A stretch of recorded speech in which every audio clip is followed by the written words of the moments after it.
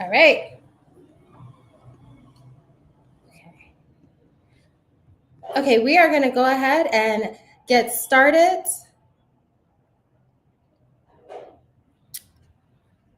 We're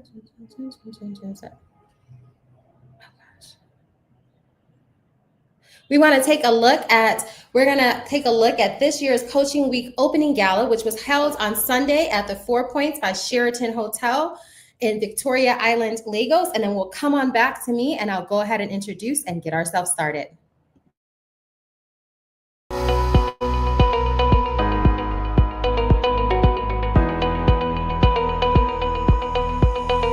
We as ELCAN, we have the mission really to promote, transformative living in Africa. It's beyond just coaches, it's about Africa. And this is why when we wanted to start this week, we did not call it the Nigerian Coaching Week.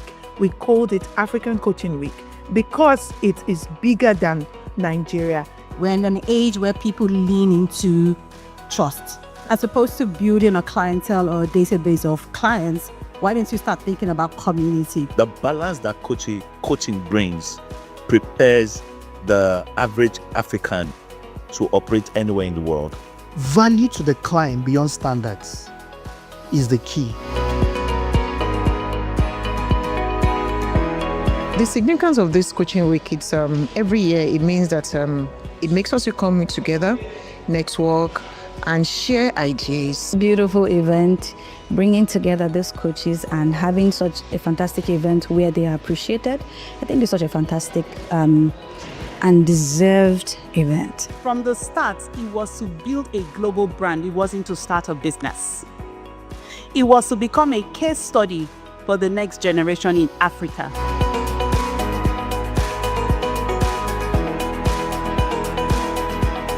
The future is moving so fast that it's hard to catch up, and coaches need to be future-proof. In other words, we're not going to be left behind. We need to plan ahead, and we need to write down how we need to get to that level. You must be emotionally intelligent, emotionally resilient to be able to say to yourself, this is where I want to place myself, and have no fear.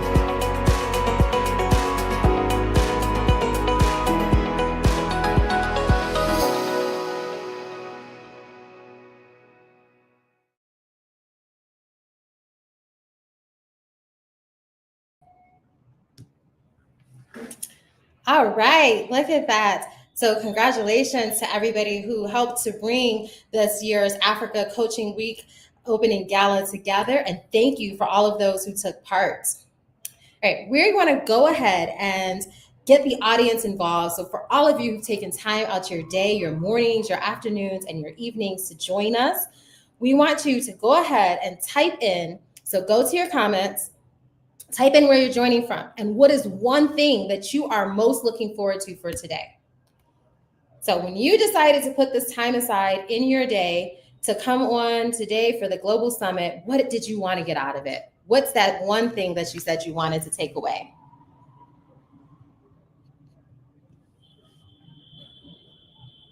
All right, I'm saying great to be here. What is it you want to get out of it though? Waiting on the comments to pop up.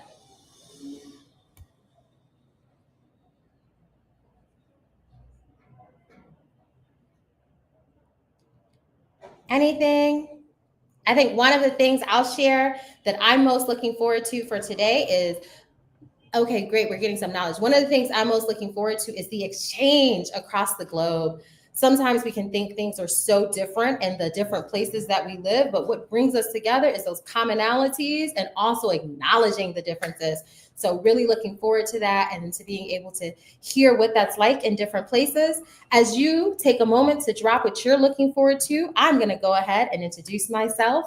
I am Autumn Marie, and I am the founder and CEO of a communications agency here in the land of 1,000 hills, Kigali, Rwanda, called Kigali Forward. I am originally from Chicago and have been living here in Rwanda for the last 7.5 years. So my life is very global, and all the more reason why I'm excited to hear from people from around the world. All right, we have some things that popped up in the chat. So we have Emmanuel, who's looking forward to knowledge. And then we have someone else who's looking forward to global perspective to coaching. I'm with you on that. Next level strategies for 2026. Fresh perspective. We have Ernest from Abuja, who is looking forward to some new insights and perspectives.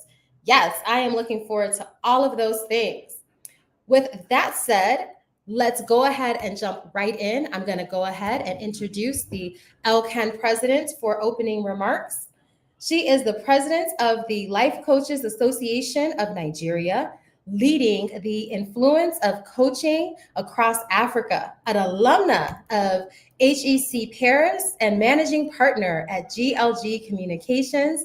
She was named one of the 100 most influential people of African descent. I'm going to say that part again. One of the 100. That's such a small number when we think of how large the global diaspora is. One of the 100 most influential people of African descent by MIPAD, and she is a board member of the PRCA UK, the world's largest and most influential PR professional body. Please give a warm welcome to Omawumi Ogbe. Hey, Oma. Hi, Adamari. So good to have you here. Thank you so much for doing this and for being a part of the Africa Coaching Week. We're so excited. This is the beauty of what we're doing, isn't it? There you are joining in, living in Kigali, joining in from Kigali. I am, Nigerian, joining in from France, and we have speakers from all over the world who are, joining, because this is not about one of us. This is about all of us, about the world. It is global, and so I'm very excited to be here. And really excited for all that we're going to do today.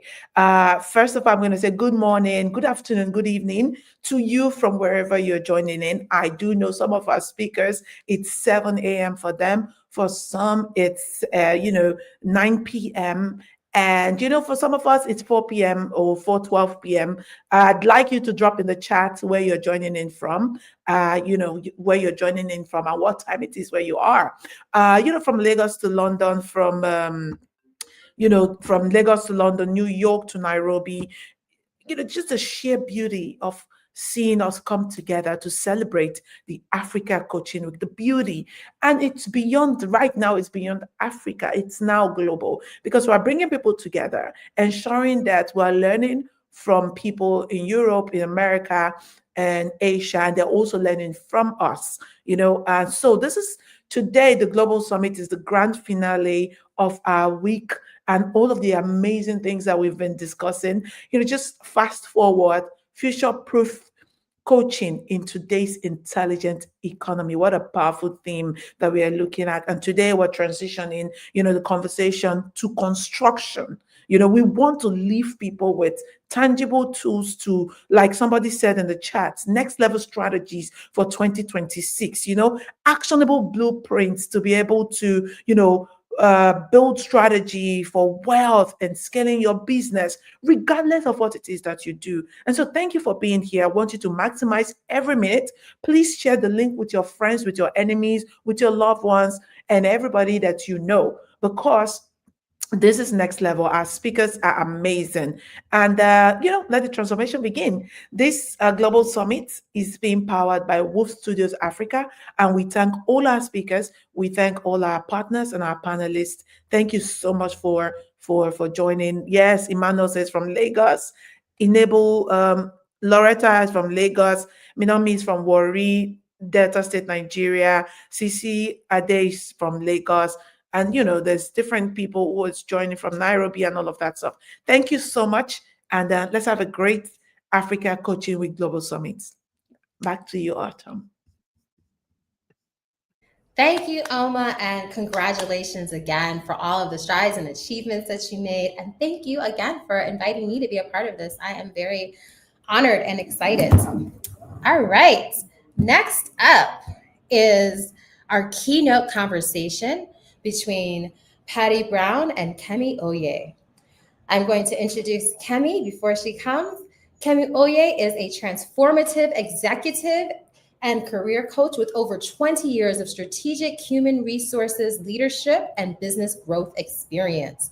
As a chartered member of the CIPD in the UK, Kemi holds a bachelor's and an MA, a master's in international human resource management, as well as a diploma in coaching. Kemi had a Kemi had a conversation earlier with Patti, and we're going to take a look at it now to see what they chatted about. Once again, welcome to ACW 2025. I have the honor of anchoring this powerful session where we get to sit down with a truly remarkable voice in the world of global business education. The topic for this segment of the conference is Fast Forward Strategy, how global leaders are designing success in today's intelligent economy. And we're about to take that conversation even deeper with somebody who brings wisdom, warmth, and world-class insights to the table. And that's none other than Patti Brown. She is the Associate Dean for Accredited Programs at the University of Oxford Saïd Business School. With over 2 decades of experience, Patti has built a distinguished career dedicated to transforming educational ecosystems and equipping institutions to prepare leaders for an evolving world of work. Her expertise spans strategic planning, marketing, partnership development, and program innovation, with a focus on bridging academia, industry, and society to create more relevant and inclusive business education modules. She's also the Vice President of the Global Alliance for Transforming Business Education, where she leads strategic initiatives that advance innovation, collaboration, and impact within global business education. Patti, we are so glad to have you with us. My goodness. How That was quite a buildup. I'm excited to listen to myself. Expectations are high and I'm worried. Okay. Goodness. How are you today? I am freezing. It is winter has hit Oxford in a big way. But other than that, I'm really happy to be here. It's my 2nd year participating, so I'm very excited. Fantastic. We love that. Can't do anything about the freezing, but we love it. Okay, let's just dive right in. Patti, you bring a powerful lens to this conversation on transforming global business systems. So in this fast forward economy, where really does success begin? So does it begin with designing a smarter organization strategy or with the deep personal transformation of the leader? Please share. Well, I would say it starts with the people. The leader makes the weather. So it's really the people and the emotional intelligence. In business schools today or in the past, we've done a lot about P&Ls, strategic vision. But if you don't have the people behind that are invested in your vision, you're in trouble. So right now we're focusing a lot on emotional intelligence and how you connect with people. There's an expression that lose time to save time. And in any position, a leader today, you have to spend a lot of time listening to people, to understanding why they're there, and then talking to them. You're going to have people in your teams that some of them are just there for a paycheck, and that's great because they're going to get the job done and then they're going to go home. Some people are there to build their career, and you have to nurture and take care of them and make sure that you as a leader, you're showing them the way. So you have to spend a lot of time listening and finding out why people are working in the organization and what they hope to get out of it. So I would say people, number one, is the most important thing. Fantastic. It's all about people, people, people. Absolutely. Now, let me ask a question about, so you design the hardware of global education. So from your vantage point about shaping global business education, what specific shifts must leader make to move away from the traditional strategic planning to adaptive, intelligence-driven decision frameworks? Well, I don't do my job alone. I have large teams and faculty that are far more experienced than I am on things. My job is to bridge that gap. What I'm seeing right now in a shift is leaders need to know what's going on in the industry, and they need to know how to use those tools on whatever level. So I run 14 programs in my portfolio, anywhere from undergrad to PhDs to graduate studies. And what we're seeing, especially on executive MBAs, so very highly qualified CEOs, presidents, vice presidents, is that they're perhaps sheepish to ask questions about AI or quantum computing within their own companies. So they're coming back to education. And our job is to give them the tools that they need to lead the people. So if they don't know about what's going on in AI and how to equip their teams, and that the fact that they need to give their teams time to learn how to use this tool and to adapt to it, then they're going to have a problem moving their organization forward. If they're not on the forefront of being a lifelong learner and saying, hey, AI is one thing, but what we need to watch out for is quantum computing, because quantum computing is going to, about a year's time, crush AI. So the advantage of being a lifelong learner is you're constantly testing yourself and your knowledge, and your being humble enough to return to education. As a leader, we need to be humble, and we need to be a lifelong learner. You need to be humble and be a lifelong learner. I love that, because you cannot stop learning. What you currently know is not all that there needs to learn and know. So thank you. You don't know what you don't know. All right. And then you come to Oxford and realize all that you don't know. So it's humbling. Absolutely. So let me move to my next question. And this is about a recent McKinsey study that shows 87% of global executives talk about their organizations not prepared for automated driven disruption. And so only 28 believe their leadership pipelines are ready. So in your view, what strategic competencies must organizations build? And I know you've talked a bit about knowing the tools that they need to use, but what strategic competencies must organizations build immediately to avoid becoming the part of the 50% or so companies projected to disappear in the next decade? So this is about competencies that organizations. Oh, absolutely. They need to know right now what can be automated, and what can be automated will probably double over the next couple of years. So they need to know actually what their teams are doing with boots on the ground, what automation tools, and they need to start being comfortable with being uncomfortable because things are changing so rapidly now. What we see teams using, and it's a problem in every organization, our teams are not taught how to use AI. We have teams using ChatGPT for research, which is a major mistake. You should not be using that for research. It makes tons of mistakes all the time. We have the professor of graduate studies here, Steve New, who teaches our MBAs. When they come in, I'm going to show you on AI why not to use it for a research tool. And he plugs into AI, and ChatGPT is saying, is Steve New the guitarist from the Sex Pistols? And it says yes. And it is, as you feed the machine, it gets worse because it's building a bigger and bigger story. So these LLMs are just, there's no fact checking, there's none of it behind. So first of all, know the tools, know what can be automated, teach your teams. And that's going to take some time to teach them to adopt the tools. And then you're going to see people are going to be able to take, I'm confident that with automation, people are going to be able to start using their brains a little bit more to strategize. All of this mundane stuff, this plugging in data, that's over. Let's get a computer to do that, and let's get people to do what they do best, relate to each other, and think and strategize. So that's where I think AI is going to be a wonderful thing. And I think that's what the direction companies need to be going in. Fantastic. So we can't blindly use it when it comes to research, because try yourself. Start Google. Google, looking at yourself and ask it a specific question, because it's tempted by that question, so it'll feed into other false narratives. It's fascinating.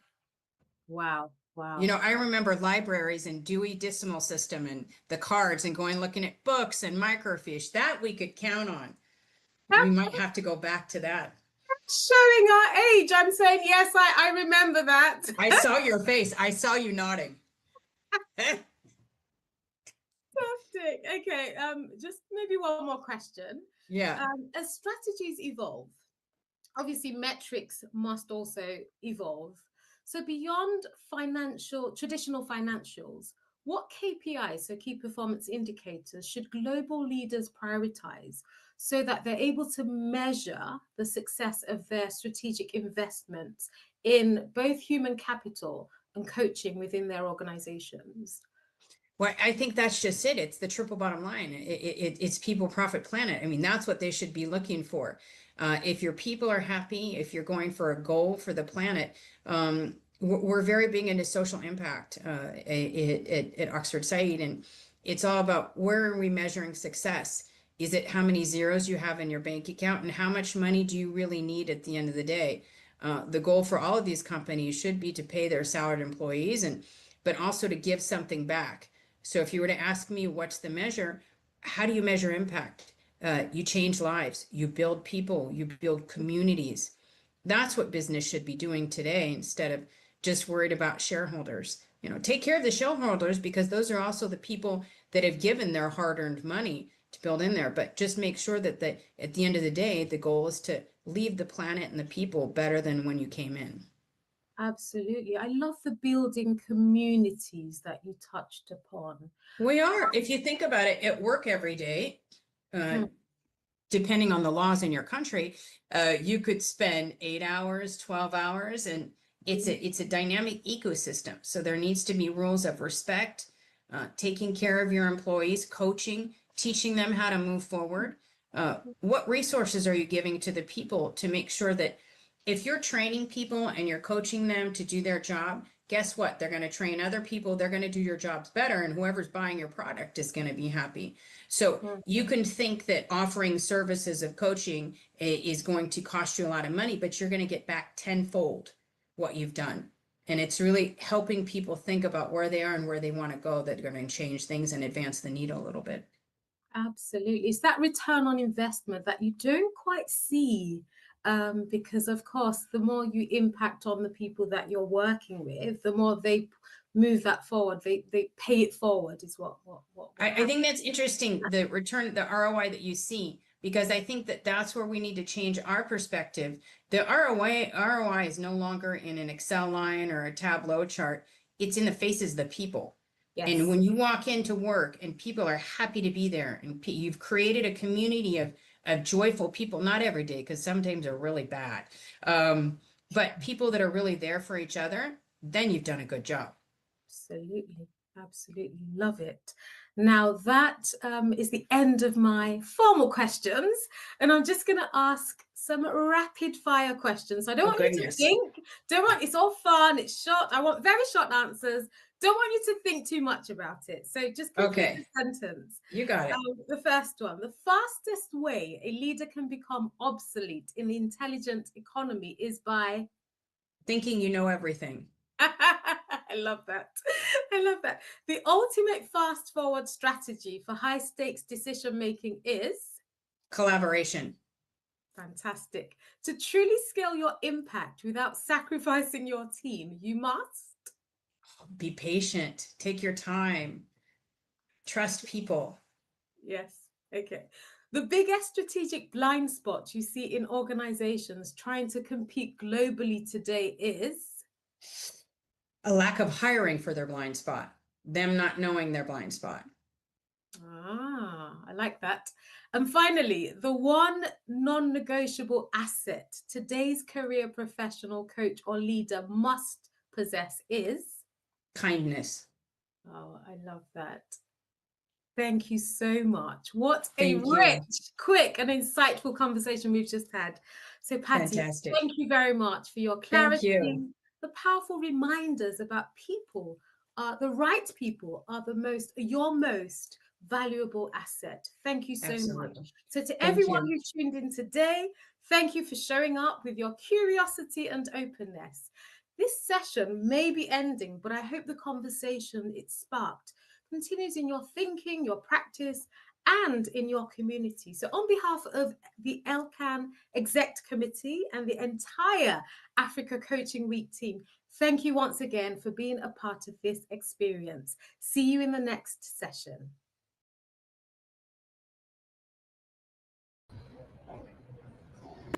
Welcome back. Welcome back. What a great conversation between Patti Brown and Kemi Oye. So I can tell you some of my favorite takeaways from that were for sure the 3 words: people, kindness, and patience. And remembering that coaching and the results from it are about long-term results. Before we get into our high-level panel, the first of 2, I'm going to share a few of the things that I see in the comments and highlight some of those, some of your favorite takeaways and things that resonated with you during that conversation. It's about people. Also, another one about lifelong learning. And of course, you don't know what you don't know. One of the personal development programs that I did in life, one of the things that you walk away with is you don't know what you don't know, that you don't know, that you don't know. And remembering that others don't know what you don't know, that they don't know, that they don't know, that they don't know, right? So as a leader, you have to be humble. What else do we have in here? Be a lifelong learner.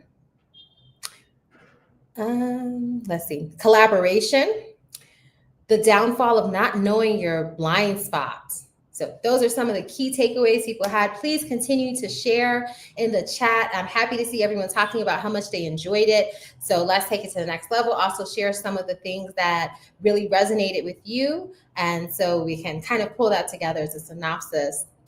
All right, so keep sharing as we jump into the next conversation, which is a high-level panel with Dr. Sam Obafemi, Dr. Paleza Manzara, Olivier Martinez, and conversation with Emmanuel M.A., who will navigate the session. And the topic for this panel is From Passion to Profit, Building a Scalable Practice that cannot be outsourced. Let me repeat that. From passion to profit, right? Moving to get the money. Building a scalable practice that cannot be outsourced. I'm going to introduce our host and moderator for this panel, which is Emmanuel M.A. Dr. Emmanuel M.A. is a highly accomplished learning and development specialist, HR consultant, executive coach, and leadership expert. Dr. Emmanuel has over 2 decades of experience. He has delivered impactful programs in over 25 countries. He is a doctoral fellow of the Chartered Institute of Human Resource Management. He's pursuing a PhD from Trinity College of the Bible and Trinity Theological Seminary. He is also the chairperson of this year's ACW Organizing Committee. Welcome, Dr. Emmanuel. Thank you. Thank you, Autumn. How are you doing? Good, thank you. Good. Very excited to hear what comes out of these panels today. I'm going to turn it over to you and let you introduce the panelists. And only note that I have on housekeeping is as we're moving through this exciting conversation, if everybody can just limit their responses and remarks to 5 minutes. So it's the only thing I have, and we are excited to jump in. And I'm sorry, not 5, 2 to 3 minutes. I'm going over. So we can just limit the responses to 2 to 3 minutes because we want to be able to hear what everybody has to say and get as much insight as possible. So over to you, Dr. Emmanuel. All right, everyone. Good afternoon, Lagos, or should I say good evening? And of course, good morning, New York. It should be around 11 o'clock there in New York City. And of course, a massive hello to the global village connecting us right now. Welcome to the second segment of the Africa Coaching Week. And this is your global conference. I am your host, as announced. My name is Dr. Emmanuel M.A. And if you have been looking for, let's say, a bridge between loving what you do and getting paid for what you do of what you award, then you have not parked your car in the wrong place. This is the right place for you to be. You know, they say that passion is a fuel, but profit is the engine that keeps the car moving. So today we are not just talking about making money. We are talking about building legacy. That's right. Building legacy, which is a practice that is so unique to you. That's right. So unique to you that no algorithm, no AI, no cheap outsourcing can ever replace you. So at this time, we are going to be jumping in. But before I bring out the heavyweights, that'll be doing all the sharing, I need to ask you for a favor. I want you at this time, since we are all on YouTube, I want you to look at the YouTube button that says share, and I want you to hit that button right now, and I want you to click it and send the link to 5 people. That's right, 5 people who you believe need to stop playing small in 2026. 5 people that should stop playing small in 2026, and tell them the money conversation is starting. The money conversation is starting. And if you do not know, there are heavyweights on YouTube. Right now, I was number 3 in the comment section.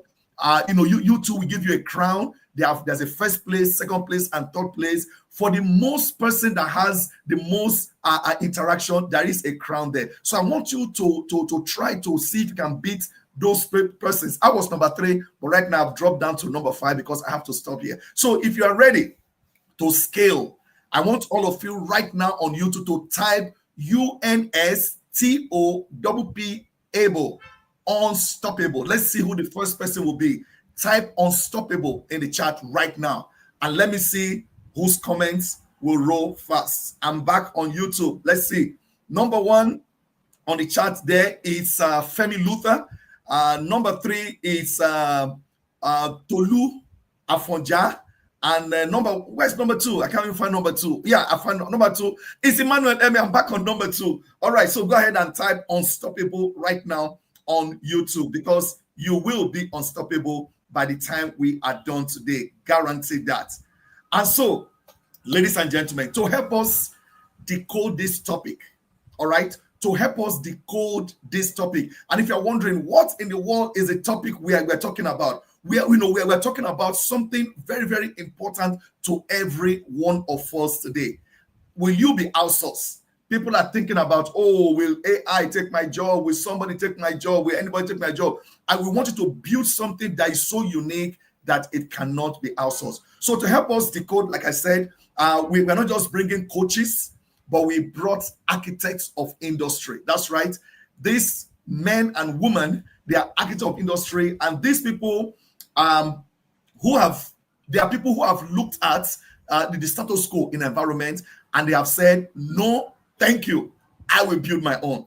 They have looked at the status quo, they have looked at what people are doing, and said, no, sir, man, I'm not going to do that. I'm going to build my own. We are going to start from my beloved country, France. I love France. I'm learning French, and I'm going to say bonsoir. If you are here, over there, it will be bonjour, Français, bonjour, brothers and sisters over there. We're going to be bringing this guy all the way from France, and he is going to be joining us, and he is a serial entrepreneur, all right? Not a solopreneur, all right? He's a serial entrepreneur with over 15 years in the game. Now, he doesn't just build companies. This guy has built empires across the United States of America. He has built empires in France, in China, and in Japan. He is the founder and CEO of Outblast. Outblast, one word. Mastering the art of luxury and operational rigor. If you want to know how to charge a premium and how to say to your clients, pay me, and they will say, yes, we'll pay you, thank you, then this is the man you need to go. So, ladies and gentlemen, put your hands together as we welcome Olivier Martinez. Olivier Martinez, where are you? Let's see you. Olivier Martinez. There you are. Hi, Emmanuel. Bonjour, bonsoir. Welcome. Bonsoir. Wow, thank you very much for the great presentation and the energy. Thank you. How's the weather in France? So I'm in Paris right now. I travel quite a lot, so you're lucky you got me while I was on the right time zone. I move from Paris to Tokyo, Shanghai, New York, but I'm based in Paris, in our Paris office. Yeah. Wow, you can see it's a globe trotter. Yes. So the second person we're going to be calling up right now is what I would call a diversity dynamo. All right, a diversity dynamo. From Paris, we're going to go all the way to the southern part of Africa, and we are going to see who is coming next. So coming next from the Rainbow Nation of South Africa, she is where academic brilliance meets market strategy. That's where you're going to find her. She holds a PhD in clinical diversity studies and a master's in global marketing. She teaches organizations that inclusion, that word, inclusion isn't just a buzzword, but it is profitable. inclusion is a profit strategy. She's a consultant on race, gender, equity, equality, who proves that intellect and impact, they go hand in hand, or shall I say hand in gloves. All right. So please, let's make welcome Dr. Palesa Monzara. Dr. Palesa, how you doing? Thank you, Dr. Emmanuel. It's so nice to hear myself being introduced with so much gusto and energy. Yes. I'm excited to be in this conversation, just listening to you. I'm doing well. I'm doing well in stormy Johannesburg. We're in the middle of a rainstorm, which is common in the summer anyway. Oh, wow. Awesome. Nigeria is hot. It's about almost 90 degrees Fahrenheit in many places in Nigeria. But don't worry, because you guys are here. You guys are bringing all the coolness of nature to us. So, ladies and gentlemen, from Paris to Johannesburg, South Africa, we are now coming back home to Nigeria. This guy is a man with tentacles. And you're going to see what I mean very soon. They call him the octopus. And he is the only coach I know that will not just feed you with coaching methodology. This guy literally feeds people with octopus. And he's going to be telling us a little bit about that. And he's called it not because he lives in an ocean, but because he reaches this depth of wisdom that extends everywhere. His hands and tentacles are everywhere. He is what I would call an unconventional thinker. He is the founder and CEO of Seka Africa in Abuja. He is a confident C-suite executive and author of 11 books. Now, I'm also an author, but I've not gotten up to half of that. He's an author of 11 books. He's a former vice president of the Life Coach Association of Nigeria. So if there's a problem, Sam has a tentacle for that problem. I mean, a solution for it. So ladies and gentlemen, welcome Mr. Sam Obafemi. Sam, how you doing? Hey guys, good to be here. I'm well. Dr. Emmanuel, good to see you again. And hello to Olivia. Hello to Dr. Palesa. Good to see you again online. Thank you for having me. Good day. All right. Thank you so much. So there you have them, ladies and gentlemen, from passion to profit. A lot of you have been working hard, but that's pepper. They call it Nigeria. Pepper is not coming in. Money is not coming in. From passion to profit. How you can build a scalable practice that can't be outsourced. So for the audience, I want you to remember at this time to share updates of this conversation on social media. Make sure you use the tag at ICAN, ICAN_NG. And you have to look at the hashtag. The hashtag is Africa Coaching Week, one word. Africa Coaching Week. Share it on Twitter, share it on Facebook, share it on Instagram. And even as the speakers have this conversation and speak, I want you to begin to type out some of the things that jump out at you. Very, very important. So, speakers, we're going to jump in at this time. I welcome everybody. Once more, it's my honor to be here with you. So the topic is from passion to profits. How do we build a scalable practice that cannot be outsourced? Now, there's an African proverb, that says the market does not pay for your passion. It pays for your value. So let's dissect that a little bit. And I'm going to start from the octopus himself. Mr. Sam, I'm starting with you. So you are known for your behavioral intelligence, right? So, many of us start with, well, I just want to help people, including myself. That's how I started. I just want to help people. But helping does not always pay the bills. So what was that specific moment? That specific moment or the mindset shift that moved you as a person from being a passion-driven helper to now a profit-driven business owner? Over to you, Mr. Sam. Fantastic. Thank you very much. So the first time I think I hit that epiphany was in 2015. I remember that when I was working as an employee back then, up until 2011, I was very passionate about helping people. And I felt, hey, I really want to go and conquer the world. I want to solve people's problems. But then I figured between 2011 and 2015, you will find out that even the people you are trying to help are also trying to help you because you cannot even fend for yourself. And you now find out that there's just a cap to how much you can scale and deliver. when you are not revenue or wealth centric, you have put a limit to how much impact you can make. Because you would find out that as much as your heart is large to support and help people, your resources are directly proportional to the scope of work you can do. So 2015 was that moment of epiphany for me, where I knew that you have to change the business model.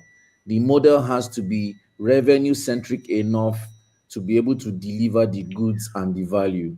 And the more revenue you can generate and the much more you can scale, then the larger the capacity of impact that you can deliver. That was the moment for me from 2015. Wow. That is so interesting. And as you were speaking, I remember a conversation I had with someone today. 5 years ago, I wouldn't have had that conversation. I would have said, okay, well, anything you have, bring, I'll do it. But I said, well, no deal. There's a time to say it should be win-win. If I can't get a win-win, it's a no deal. So you said there's some people have put a cap, there's a cap. And what happened to you 2011, between that 2015, and having a large heart does not necessarily add up. Thank you so much, the Octopus, for that. That was very powerful. So right now, we are going to move down to Dr. Palesa, pivoting to you. So Dr. Palesa, you blend D&I, what I call, diversity and inclusion, with a kind of hardcore marketing. Now, how does it involve an inclusive mindset actually drive profit? How does this include mindset? How does it bring money? Nigeria will say, now you go chop. Are we going to chop inclusive mindset? How does inclusive mindset, how does it drive profit? Is there a scalable business scale for being inclusive? How do you make money by simply being inclusive? Dr. Palesa. I'm so glad you asked that question, Dr. Emmanuel, because this is where the real business case for inclusion becomes crystal clear. And honestly, it's where inclusion stops being theory and starts to drive growth, real growth. So an inclusive mindset really pushes you to design your practice around real people, not around assumptions. And that's where profitability and scale actually come from. When you take time to understand the different motivations, barriers, and lived experiences your clients bring, you stop trying to market to everyone, what we like to call in the marketing world the spray and pray approach. And you start positioning yourself with actual precision. And honestly, inclusion isn't just a nice to have, as some may mistaken it to be. It's a competitive data advantage. It shapes your content, your offers, and the overall client experience in a way that feels intentional and human. I like to give examples. So you'll see as I speak, I'll provide a lot of examples. I once worked on a program for women entrepreneurs in both rural and urban areas. On paper, it was the same curriculum across rural and urban, but in practice, we had to adjust for language, we had to adjust for digital access, we had to adjust for cultural decision-making patterns, which differed in both sides. And those small but thoughtful shifts doubled engagement and actually opened new markets up for us, all because we designed with inclusion in the mind. So in short, inclusion sharpens your product market fit. It helps you attract the right clients. It reduces the wrong fit ones, because not all clients are right for all practitioners, and builds loyalty because people genuinely feel considered and not just targeted in a broad sense. Wow, fantastic. I like it when you said you don't just market to everyone, all right? You have to position yourself, all right? You have to position yourself. Then you have to decide who you want to sell to. Inclusion doesn't mean that you accept anything and everything. Thank you so much. I want to go to the YouTube channel at this time, and I'm happy to announce to us that some new winners have emerged, and some have been dethroned. So on Facebook right now, the most active participant is Femi Luther with 100 points, maximum 100 points. He has a star there, followed by, believe it or not, Omawumi. Omawumi has taken the second place, and Tolu Afonja is number 3. So let us see how we're going to knock those guys off. Keep on adding your comments and keep on, showing up, and let's see what's going to happen. We're going to go back to our moderators, our panelists at this time. And right now, let's talk luxury. All right, Olivier, let's talk luxury. You see, most coaches, they are terrified. And I'll tell you, and I've been there. Most coaches are terrified of raising their prices, especially right now in the economy that's so bad. Now, but you specialize in luxury positioning. My question is, so what is the secret sauce that transforms a regular coach into a premium brand that clients are begging to pay for? Did you get that? Yeah, that's a very good question.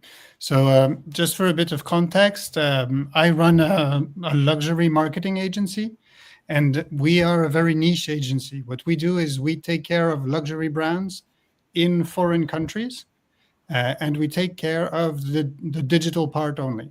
So we have a triple niche, which is luxury, digital, and then multicultural, because we're away from the brand's home. And the fact that we're very, very niche allows us to be ourselves luxury as well.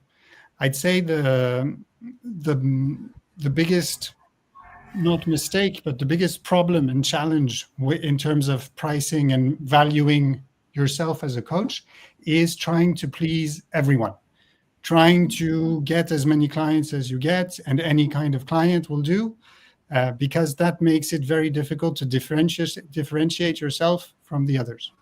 So there's, I think the idea is really to focus on the niche, the very specific kind of service that you can deliver, and that you can prove that you can deliver. That's very important. And then sticking to that and building your own brand image, like we did for Outblast, is really building a brand image focused on your target consumer and your niche. And that's how you'll be able to position yourself with pricing, not just to be accepted by everyone, but to be respected by the clients that you chose.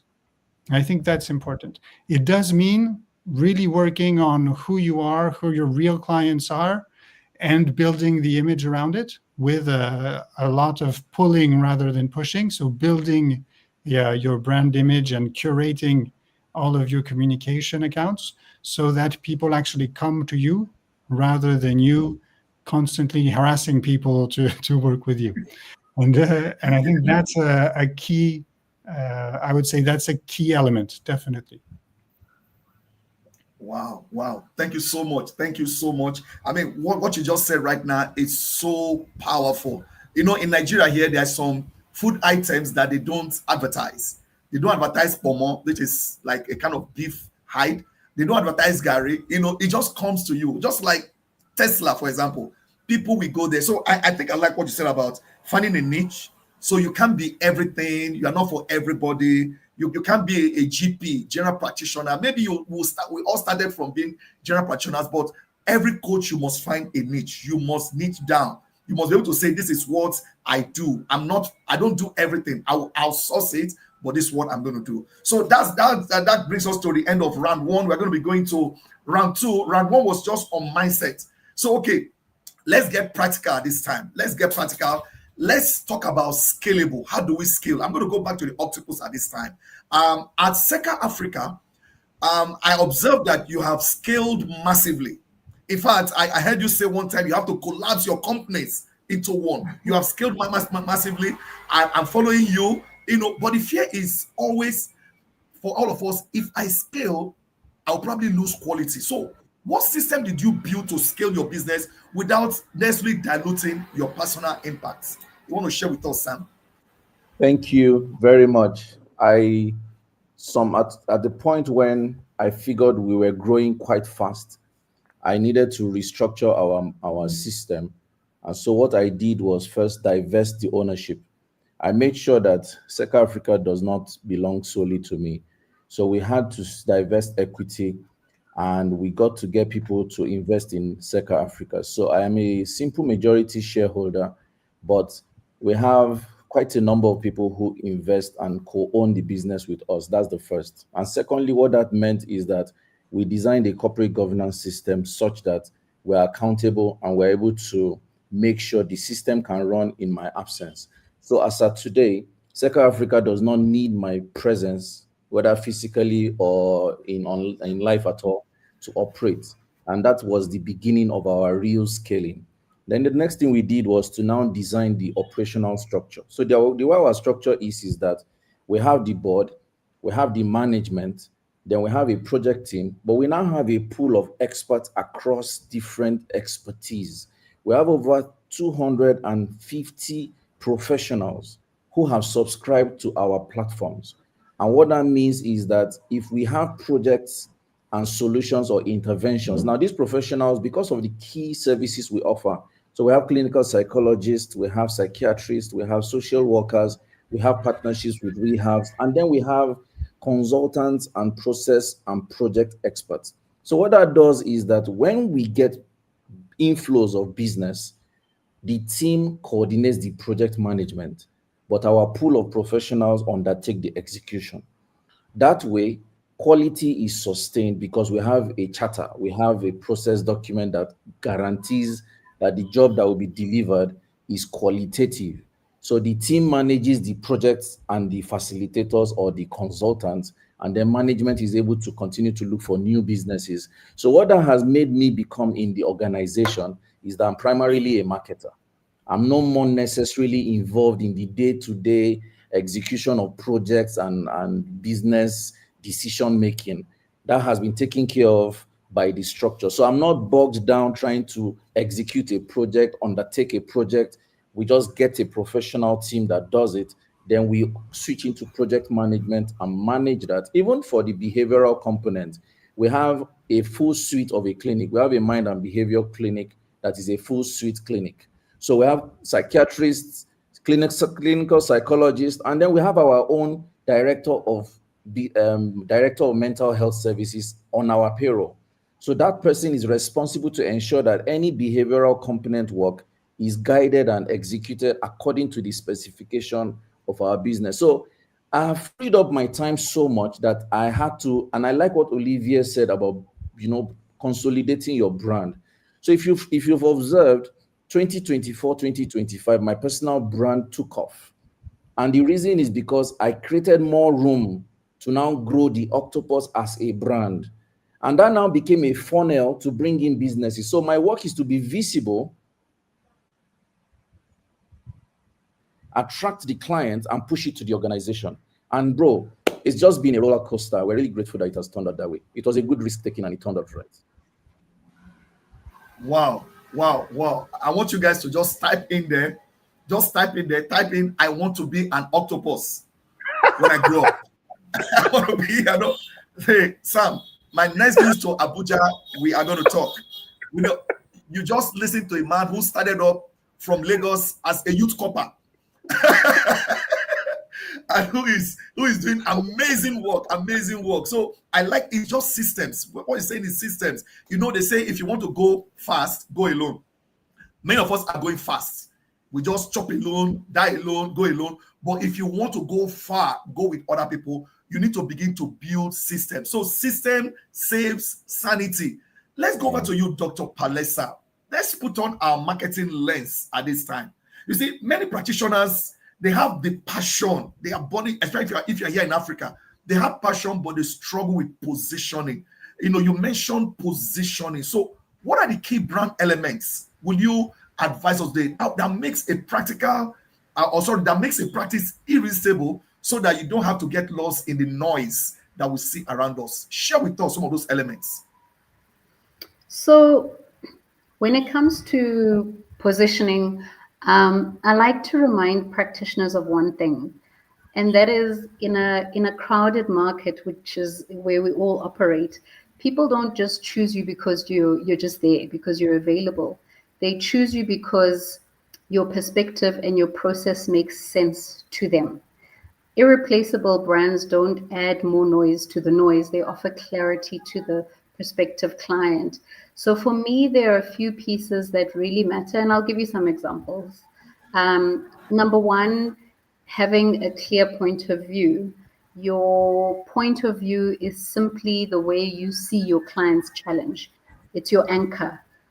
So for example, myself, my point of view is that inclusion is a growth strategy. It's not a compliance exercise, and that shapes every solution that I design for my clients. I once worked with a career coach who reframed her entire practice around helping women of color negotiate power. And that shift instantly differentiated her in a crowded market. That's number one. Number two, having a named and evidence-based method. So having a name to whatever your framework or your method is. What a framework does is that it gives your work structure and it signals depth. It also creates ownability to yourself. One consultant I supported built a 4-step model that she named the Insight to Influence method. And that is a model that she created and owned. And that was grounded in behavioral science. The moment she named her process, her corporate bookings doubled because she wasn't just selling her hours anymore. She was now selling her method. And lastly, having a distinctive emotional experience. At the end of the day, people remember how you make them feel, right? And we all know this. One executive coach I worked with previously centered her brand on psychological safety, such an important topic that I'd love to dissect on another day. But she provided predictable follow-ups for her clients, structured summaries, and she offered a lot of support prep. And that emotional consistency became her competitive edge. So when you bring these things together, a strong point of view, a recognizable method, and an intentional emotional experience, your practice stops being replaceable or interchangeable with others. It becomes unmistakably yours. Wow. I love everything. Listen, I am scaling up after this show. I am rebranding. I am changing everything because from what I'm hearing, she says you have to stand out. All right. You have to be outstanding. Now, many people are standing outside the game. Doesn't make you outstanding. Okay. Outstanding is not standing outside the game. Outstanding is having something that people will pay for, having a brand, having a name, making people feel good. When people leave you, they must say, I left so and so person, not a session. I left so and so person. Thank you so much, for that. We're going to go back to Olivia this time. I'm tempted to go back to YouTube to go and see how the war is going over there. So we're looking at differentiation right now to stand out. Olivia, so we have seen coaches, underprice themselves. So what is that significant biggest mistakes that you think that people make with their pricing strategy? All right. And why are we so afraid to charge what we are worth? I want you to talk to me and many people who are like me here. That's a good question. I think one of the elements is definitely the fact that we tend to charge for our own time. Especially as a coach, you tend to charge for hours. And as Dr. Palisa said, I think there's a very big difference between charging for hours and charging for a method, a structure, and the emotion, the point of view that goes with it. And in terms of scalability, if you want to be able to scale, you have to sell more than the hours that you're actually taking to deliver the service, because you can't scale the number of hours that there are in a day. So when I started, I did everything myself. Just like everyone who's starting a business, you have to do everything yourself. And you're very, very focused on operations. In order to scale, you have to structure these operations in a process, a method, named tools and methods that you can explain to clients. And then you can hire people to apply that process and to apply these methods. And because you're not selling your own time, but you're selling the method and the tools that you've named to the clients, it's okay if it's not you who's actually delivering them, because you've moved from operation to management. And then if you really want to scale more, you're going from management to governance. When I started the business in Japan, we started doing everything in Japan, doing all the operations, then hired a team, a stable team, managed that team. And then when we started opening branches around the world, I had to step into the government world. So really share the equity, and that completely transformed my role inside the company. And that's why, going back to passion, the passion has to be about something bigger than just the operational work that you're doing. If the objective is, the goal is to scale, the passion has to be about delivering transformation for a client. For me, it was really about the multicultural approach. How does marketing apply? How does luxury marketing apply, depending on the countries? And that's the passion that drove me throughout all of the numerous years I spent as an entrepreneur. Yeah. So I would say it's the passion that leads to great operations, that leads to good management, that leads to then your global governance to be.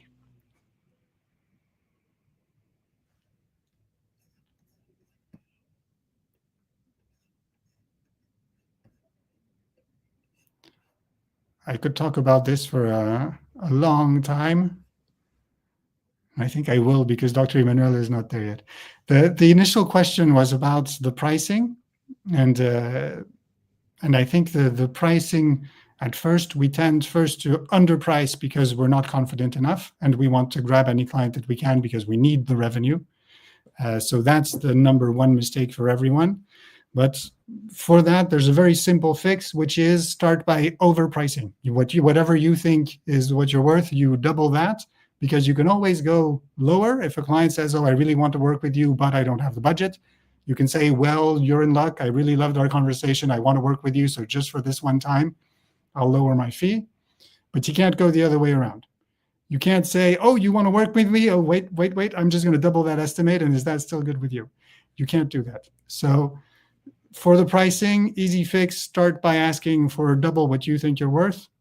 And then for pricing strategy, there's two ways to do it. The first one is looking at the cost of goods. So what is your time worth to you, which is generally not a good option. And the second one is looking at benchmark. What are the market prices now? And if you've done your work correctly in terms of positioning, you'll know to whom you should compare yourself and how to adapt the pricing based on your positioning to your clients. Because in the end, it's not about the cost of goods, it's about willingness to pay.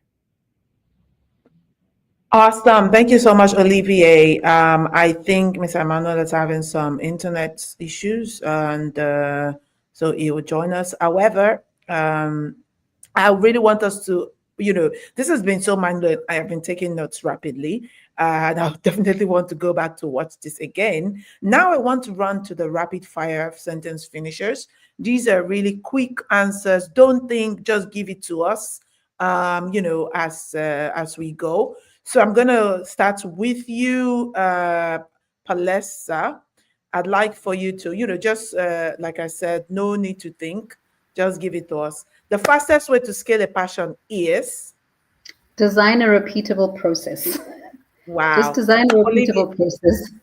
Perfect. Olivier? I think turn it into a system, a structured system, a process. That's exactly it. Okay. One thing every coach should stop doing immediately, Coach Sam. Micromanaging yourself and your team. Wow. Perfect. Thank you. What do you think, Olivier? What would your answer be? Olivier Palesa, let's hear from you. One thing a coach should stop doing, every coach should stop doing. Selling their own time. Palesa, what do you think? Stop confusing activity with impact. Busyness is not a business model.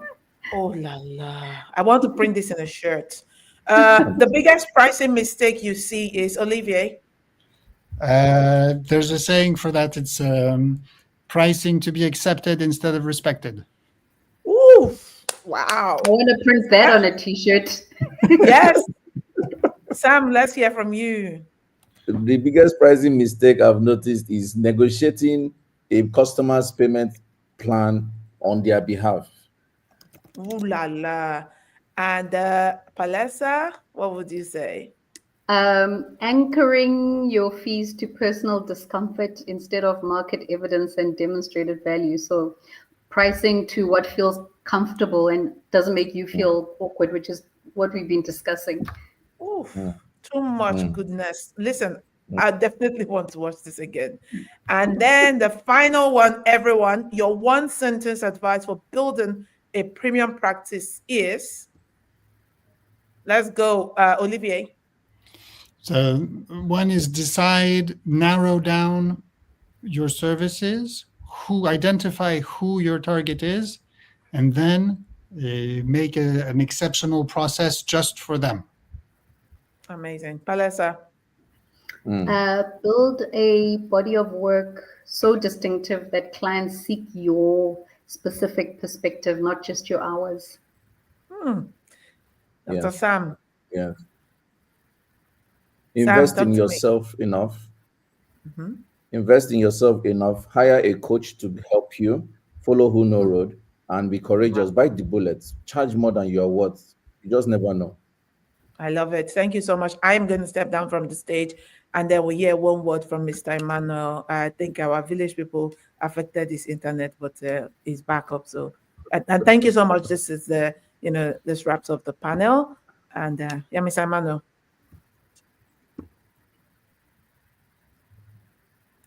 Oops, we cannot hear you. Emmanuel is mute. Yeah, Emmanuel, are you on mute? Please check.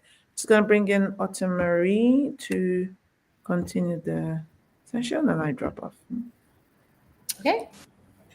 All right, Dr. Emmanuel. Oh, see if you can come off mute because we can see you. We see you speaking, but we can't hear you. No. Okay, let's let Dr. Emmanuel, you can also try to leave and come right back. We'll wrap up in the meantime. I'm gonna share some things that you can try to come back. I'm gonna share some things that I see in the chat. So I know that we just got so many great takeaways and so many great quotables, so many drop the mic moments, as people would say. So that's right. Oh, there we are. Okay, Dr. Emmanuel is here. All right, let me turn over to Dr. Emmanuel. No, we're happy to have you. Yes, I was going to ask Sam and Dr. Palesa and Olivier, how can people reach you? I know after now, people want to connect with you on LinkedIn and all your social media. How can people reach you, Sam? Okay, I'd advise that I can be checked on LinkedIn, Samuel Obafemi on LinkedIn. On Instagram, S Obafemi is the handle, consistent on X, Instagram, and Threads. Thank you. Thank you. And Dr. Palesa, you? The best place to reach me is on LinkedIn. I am quite active there. If you just look up Dr. Palesa Mahlwele Munzara. Yes, and Olivier? Same for me. LinkedIn works fine. Search for my name and Outblast. You should find me. There are a lot of Olivier Martinez out there, but if you look for the one that works at Outblast, that's me. I noticed that there are so many. I have to be patient. So, ladies and gentlemen, there you have it. You are not just building a business, you are building a legacy that cannot be outsourced. My name is Emmanuel Eme. Stay tuned because the next segment is going to be explosive. I'm going to be handing us over right now to our duty continuity announcer, the most beautiful Autumn Marie. Thank you so much. Thank you, Sam. Thank you, Dr. Palesa. Thank you, Olivier. Thank you, Dr. Emmanuel. I love it in the chat. Everyone wants to be an octopus. All right, so there are a whole lot of quotables that I'm seeing and the insights. What I'm going to ask is that for the sake of time, so that we don't go through all of them that are here because there are so many, is that you share those on social media. And speaking of social media and how we can reach people, please go share them and talk about what is happening here today. So even more people can join the association and even more people can become a part of this community. So keep all this and go talk about it in the world and online. All right, we want to move on for time's sake. to our keynote session with Robert Burale. Robert Burale and Kim Oye will navigate this session, and our topic is Fast Forward Strategy, how global leaders are designing success in today's intelligent economy. There is Kemi. We got to see her earlier in our very first session, and now we have her with us in this moment. Hi, Kemi. How are you today? I'm very well. Thank you very much for asking. How are you? Good. I'm very excited. Listen, I am over here trying to type all the notes. I'm jumping into WhatsApp groups that I'm a part of. Like I have some WhatsApp groups with friends who own other agencies here, and we've been talking about some of these things, especially scalability. So I'm going here, all the things. So it is very exciting to be here. Hi, Robert. How are you doing today? Good. How are you doing? Can you hear me well? I can hear you perfectly well. Welcome. Welcome to the Global Summit. I am going to step away and turn it over to the two of you for about the next 15 to 20 minutes. And I'm sure that we're going to have a whole lot of more quotable moments, a lot more insight, and a lot more to take notes on. So we are ready.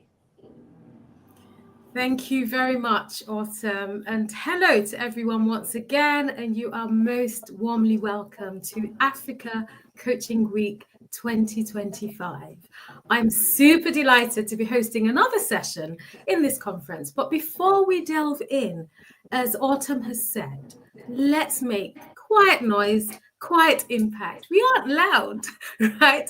But we make loud impact as coaches, as leaders, professionals, and business owners. So let's hop onto social media, tell them about our theme. So fast forward, future-proofing coaching in today's intelligent economy.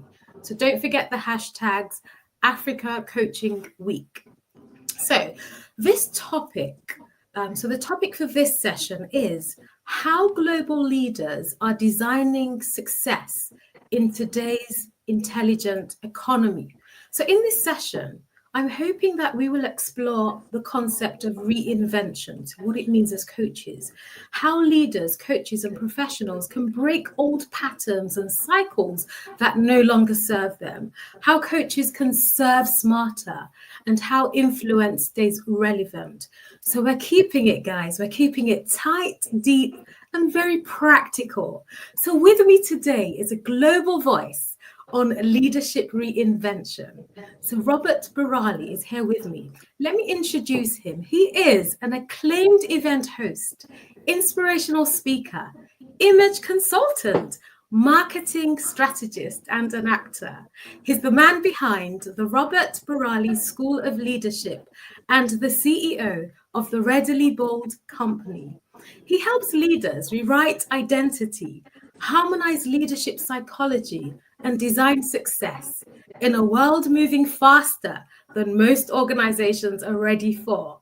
Welcome, Robert Burale. How are you? Oh, thank you very much. What a big introduction. Now there's too much pressure on me, but it is fine. It is. Thank you, Kemi. It is such an honor to be here. This is a very close. This is very close to my heart.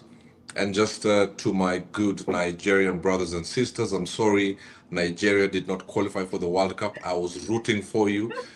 Nigeria is like my second home. I've done movies with some of Nigerian greatest actors and actresses. So Nigeria is close to my heart. But to everybody, the global audience, everybody who was tuned in, I also hope my village witch doctors will not interfere with my internet. I love it. Where in the world are you right now? I'm currently in Kenya. I was in the US and doing some leadership talks there and speaking to, I had a men's conference. Now I'm here ready to speak to all of us by God's grace. Fantastic. You're safe in Kenya. You're not in Nigeria after what you've just said. I know, right? Fantastic.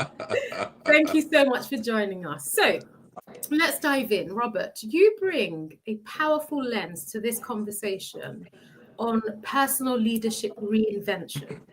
So in this fast-forward economy, where do you think success truly begins? Does it begin with smarter organizational strategy or deep personal reinvention of the leader?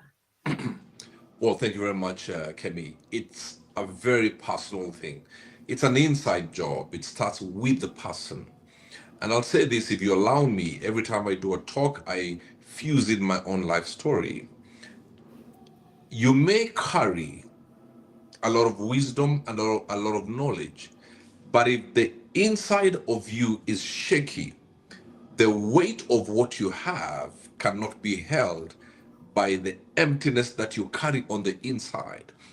I am, by God's grace, pretty educated. I do believe I have some percentage of wisdom. You understand what I'm saying?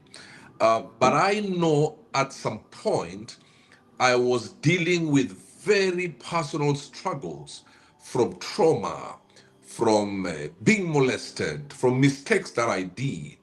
So what I carried inside as a leader wasn't coming out, because if it tried to come out, the trauma and the pain pushed it back inside.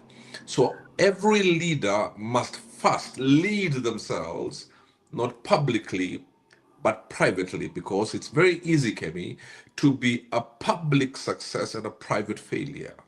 So yes, to answer your question, it must be a deep personal introspection. Have a conversation with the man and the woman in the mirror before you go and face people out there and tell them that there's a place I can take you. Wow, I feel like saying pause, just like hold on a second. That's too much unloading. Gosh, honestly, do you know what you just said? It reminds me of this saying that is, you can't pour from an empty cup. But what you've shared just now, for me, sounds like you can pour from an empty cup, but what you will be pouring would probably be trash and not great stuff. Gosh.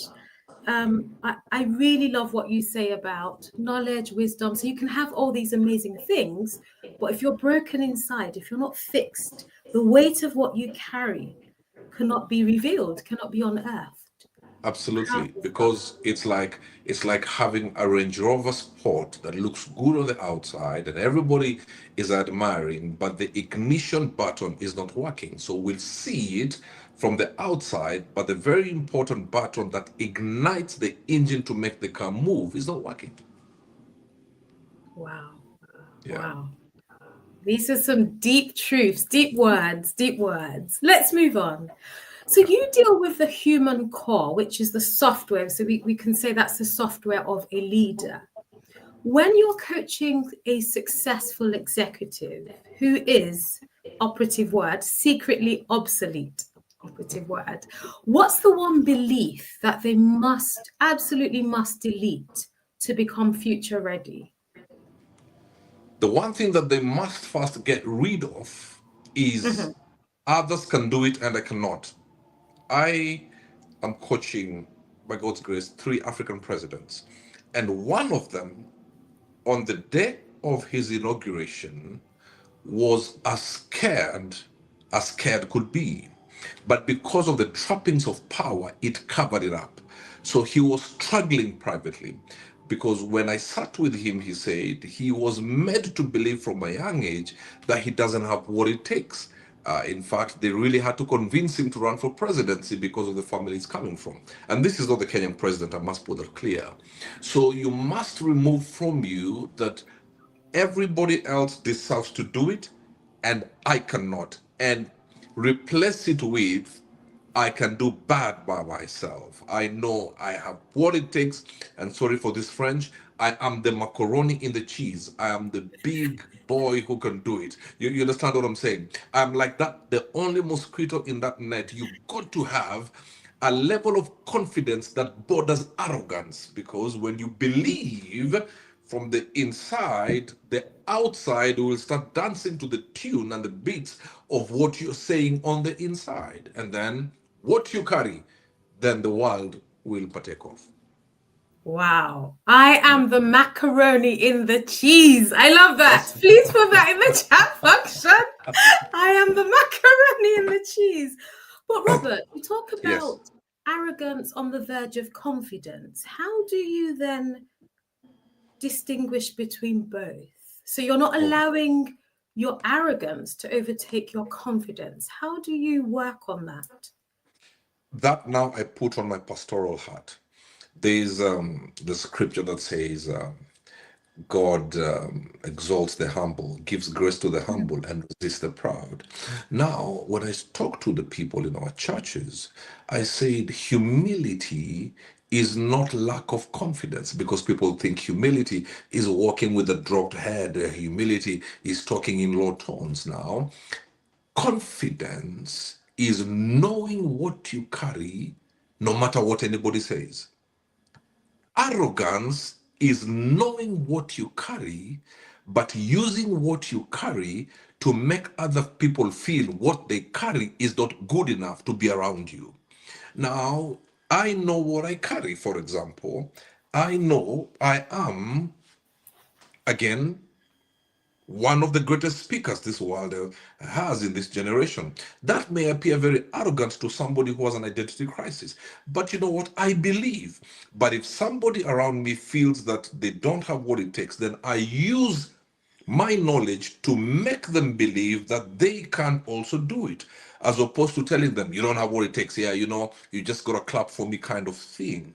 So when you start making people around you feel that they don't have what it takes, then there's a level of arrogance. Or I think one of the quick fire questions is like, somebody says the worst thing somebody can have is thinking they know everything. Every time you make people feel that you know it all, then that's what we call arrogance. Confidence is, I know what I carry for now. It may be 20%. I want to get to 30% tomorrow. But even if I'm at 20%, don't make me feel I carry only 3%. I know what I carry. I want to be president of my country sometime soon. And you better pray for me, because one time I'll be a guest and you will introduce me as His Excellency the President. I believe it's going to happen. You understand? Other people think I'm crazy. So understand what you carry. Don't make any other person feel that what they carry is not worth being around you. Fantastic. I love that. So it's about elevating yourself to the detriment of other people. Wow. I love the distinction there, because it's so important that we are confident as coaches and leaders and professionals, and not veer into the arrogance territory. Thank you for that. So my next question is about the World Economic Forum. Has projected that AI will automate up to about 44% of current job tasks in about 5 years' time, so by the year 2030. And emotional intelligence ranks among the top 5 global leadership gaps. So what, in your view, must leaders, and you've talked about coming across as you know it all, so what must leaders unlearn and relearn to remain relevant and influential in an intelligent economy? All right. Thank you so much, Kemi. The one thing we must unlearn, that what put us there is enough to keep us there. The world has changed. We are going to artificial intelligence, super artificial intelligence. Artificial intelligence is where you can tell the computer, it will understand. Super artificial intelligence, the way we are going, we shall have levels whereby they think and reason even better than the most intelligent human being. It is said in 29 years, if you're not careful, we shall have an AI president. You understand? So we need to unlearn and stop thinking that what kept us there, took us there, will keep us there. And we now have to go down and start studying again.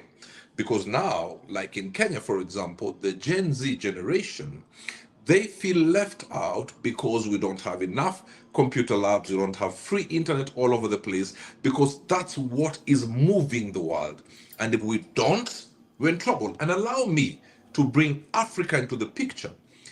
The big boys, the Elon Musks, in 10 years, he wants to take 1 million people to Mars. They're discussing all these crazy things, but they're not involving Africa. Why? Because we're not moving, we're just thinking.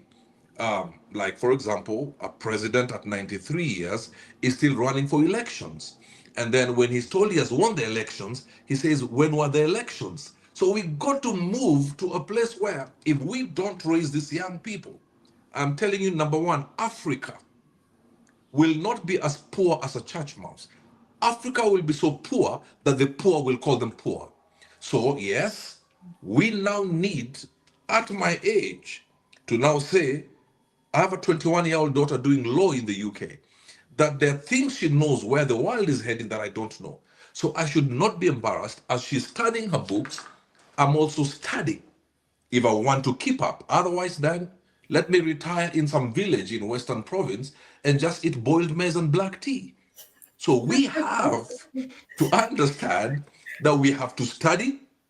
We have not to be, no more arrogance that, you know, I'm your father, we are the older generation. Well, they're passing us by. In our church, I was telling the Sunday school teachers, you have to change your level of teaching. You are teaching an AI generation citizenry. You are teaching the Bible, but your ways and the way you communicate and how you bring in these topics must change. I run a company. Kemi, 80% of my staff think AI. Now I have to think AI if I'm to take my company to the next level. Even as a coach now, this morning, I coached 24 people and only 2 were in Kenya. You know, you got to move. And then I coach somebody in the US. I coach another one in Great Britain, in Leicester. You know, we have to move. Gone are the days where somebody sits in my office and for 3 hours, I'm talking to one person. They can't seem to understand what I'm telling them. So what am I doing? We need to make money as well. One of the gentlemen said here, we got to make some money. I am not an NGO. So then I managed to get hold of these people and move on, because now I'm coaching somebody from Brazil. 2 minutes later, I'm concentrating from somebody in the US, all different thought processes, but I had to learn on how to meet the demands of different people who now can get me on LinkedIn and say, can you coach me? If it was just Kenya, some people come to me because I'm a public figure. I may not say a lot of intelligent things, but they'll be mesmerized by this guy they see on TV. So it's easy to hide away and run away from that. But now we have to up the game where somebody in the UK does not care. This is an actor or a radio presenter asking, do you have what it takes to push me to the next level? Wow, absolutely love it. Guys, keep moving. I feel like singing that song. Is it Soul to Soul? Keep on moving, don't stop. No, keep on moving. Play that song. Keep on moving. Okay, because of time, Robert, I'm just going to ask you rapid fire sentence finishers. So okay. I would like you to not think about this, just download to me anything that comes to your mind as I ask this question. So, the fastest way a leader becomes obsolete in the intelligent economy is by? Not having Wi-Fi. Too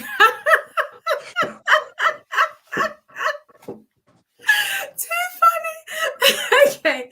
To scale impact without sacrificing teams, you must. So say that again. Sorry, say that again. To scale impact, so we're talking about scaling your impact without sacrificing individuals, what must you do? Believe in yourself. Fantastic. I love that. The biggest strategic blind spot organizations face competing globally today is? They have no competition. I like that. And then finally, the one non-negotiable asset a leader or coach must guard in the emerging world of work is? Integrity. Integrity. Thank you so much. Wow. That was a loaded session. Wow. Culture shifts when leaders unlearn their fear-based loyalty. Feedback fails when truth isn't welcomed. Reinvention is now part of the leadership conduct, not a luxury. Wow. There's so many gems, so many things. I'm so grateful for this session. Thank you so much, Robert, for that session. Thank you for your depth, your wisdom, and the leadership that you continue to model. And to everyone in the audience, thank you so much much. The world is advancing. Coaching must too. Reinvention, as Robert has said, is now part of the leadership conduct. And your next level begins where awareness, much of what we're talking about in this conference, begins. So if you missed any part of today, please catch the replay. There are major insights hiding between every sentence that you missed. So finally, I want to say on behalf of the, I want to say thank you to LCAN for the vision to raise coaches for this intelligent economy. Also, thank you to the Africa Coaching Week team for designing this space that allows us to stretch forward and not backwards. Thank you so much. We're not done yet. Please stay connected, and I'm sure I will hand over to Autumn. So over to you, Autumn, in the studio. Thank you so much, everyone. Thank you so much, Kemi. Thank you, Robert. Thank you to our audience who has been keeping the chat lit. There has been conversation going. People have been making sure they capture the notes and sharing them. We want to encourage you to continue to share in the chat, but also continue to go online, because if we only talk together to each other, everyone else will not know that this is happening, and we will never grow as a community. So make sure that you share your notes, share your thoughts, share all of the insights you've gained today online. Make sure that you tag LCAN, LCAN_NG for Nigeria, and use the hashtag Africa Coaching Week. So tag LCAN_NG, tag hashtag Africa Coaching Week. All right, without further ado, our final high-level panel for today is a conversation with Ugodre Bola Matal Oko and Alora Agusa, and it is going to be moderated by Michelle Zhu. The topic is the Intelligence Economy Blueprint, Navigating Leadership and Wealth for Today and Tomorrow. Great. So with that said, I want to bring up Michelle Zhu. Michelle Zhu is a business leader, executive coach, and cross-cultural strategist with over 30 years of experience in the US and China. She is the founder and CEO of Pacific Technologies Consulting Group, where she provides corporate coaching, leadership training, and strategic consulting to empower professionals and organizations. Michelle is a former Microsoft executive, and she holds an MBA and a Master's of Science in Finance and a Master's of Arts in Happiness Studies. Ooh, I cannot wait to hear from you, because somebody who has a Master's in Happiness Studies, I just feel like I need you in my life, Michelle. I need you in my life. So I'm going to turn it over to you, and thank you for being with us this morning, afternoon, or evening, based on where you're at, Michelle. Thank you for joining. Thank you, Autumn. I'm now also doing the PhD program for the happiness studies. And hopefully someday soon, in a few years, I will be the Dr. Happiness. I love this. There's going to be a Doctor of Happiness that we can go to. Cannot wait to hear more about all of this as we work through this next panel. Before I turn it fully over to you, actually, to introduce your panelists, I just want to ask one thing. I know we have a little over 20 minutes left for the rest of the day, and we have a few things we still have to get in after this panel. So we want to just ask everyone, all of our amazing panelists, Ugodre, Bola, and Alora, if you can just keep your responses to 1 to 2 minutes so that we can make sure we get through everything and we get to hear everything you have to share. All right. So thanks for all this introduction. Now, I'm going to introduce our speaker for this topic, which is the Intelligent Economy Blueprint, Navigating Leadership and Wealth for Today and Tomorrow. Our first panelist is Ugori Obi Chukwu, and he's the founder and CEO of Nairametrics Financial Advocates, a leading authority on Nigeria's financial and economic sectors. So that's an expert in the financial side. Welcome, Ugodre. And our next speaker would be, thank you. I know you are short of time. We will go through it really fast. of the introduction. Our next speaker or panelist is Bola Mata-Oko. She's a business leader and executive coach, a distinguished attorney, the CEO of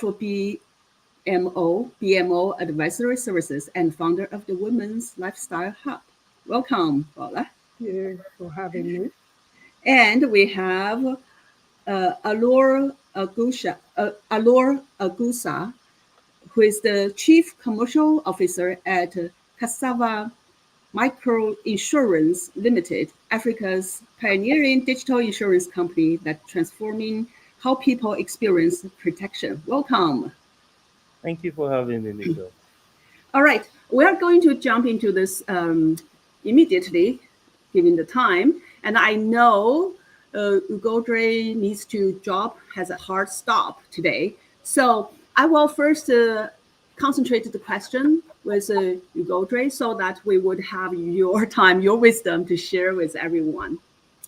And remember, the topic is the intelligent economy blueprint, navigating leadership and wealth for today and tomorrow. This is a topic that is really dear to my heart because I worked in Microsoft in the tech industry for 30 years. So let's hear your wisdom. First, Ugodre, I would love to,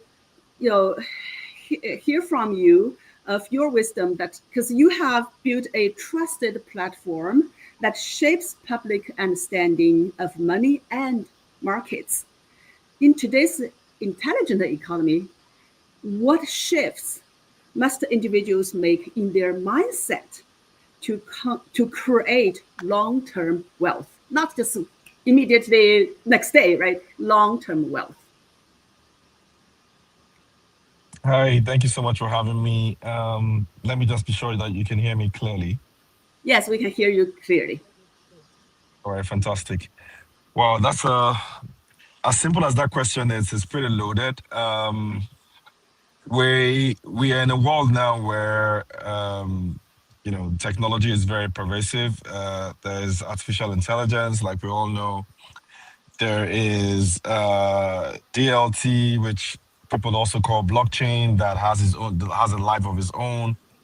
And then, of course, the world is dominated by a lot of young people who now, are living in a world that is attention-driven. So that basically changes how we all need to start to view long-term wealth, in my own view. So I think, in an intelligent way, if you're looking for long-term wealth preservation, there are a number of things that I would always tell people to do. The first is you want to always pay attention to what is going on geopolitically. And that is, when I say geopolitically, I mean around the world, because the world has become increasingly smaller. And there are different things happening in different parts of the world that could impact on your long-term wealth in a flash. Whether it is the financial system, whether it's the global flow of capital across the world, whether it is asset prices and where that is happening, whether it is even taxation, it's very important that you pay a lot of attention to all these things because they all have some kind of interconnection. And then I would also now add, I know you said let's get a response. I also add, always look at what your children are doing. I always tell people, look at what your children are doing because what they consume, what they are very interested in, it's usually a glimpse of what the future is and a glimpse of what will drive wealth in the future. So you got to constantly ask yourself, are you investing in those things that your children are very interested in, or are you at least partly invested in them? Because that is a glimpse of where wealth is going to go to in the future. So that is my nutshell response to your question. Thank you. Wow, I wrote down the two key points: geopolitics, and the future, investing in the future, right? Because I live in Seattle in US and I grew up in China. So this speaks very much to me with the US-China relationship changed dramatically, right, in the last few years. Totally. Correct. Yeah. And the second thing is investing in the future to see the No, trend. focus on what your children are consuming, because Yeah, they typically tell you where the world is going to in the future. Yeah. That's the trend. Yes. Thanks for Exactly. Yeah, that's the trend. Investing in those young people, your children, the next generation. That's the trend. That's the future. And I just want to add one thing to that. In some economies, like in China, in Japan, in some countries, it's the senior citizens. They are the ones, they become the bigger and the bigger portion of the country. So we can also look at what they need, right? We can also invest there as a way, area to build our wealth. Okay, next, I want to also ask you another question, because we're talking about this, and then I know you have a lot of experience in helping people building wealth. So if you were designing a wealth curriculum for tomorrow's leaders, what are some pillars would absolutely be non-negotiable? Give us the top three pillars that would absolutely be non-negotiable, must have.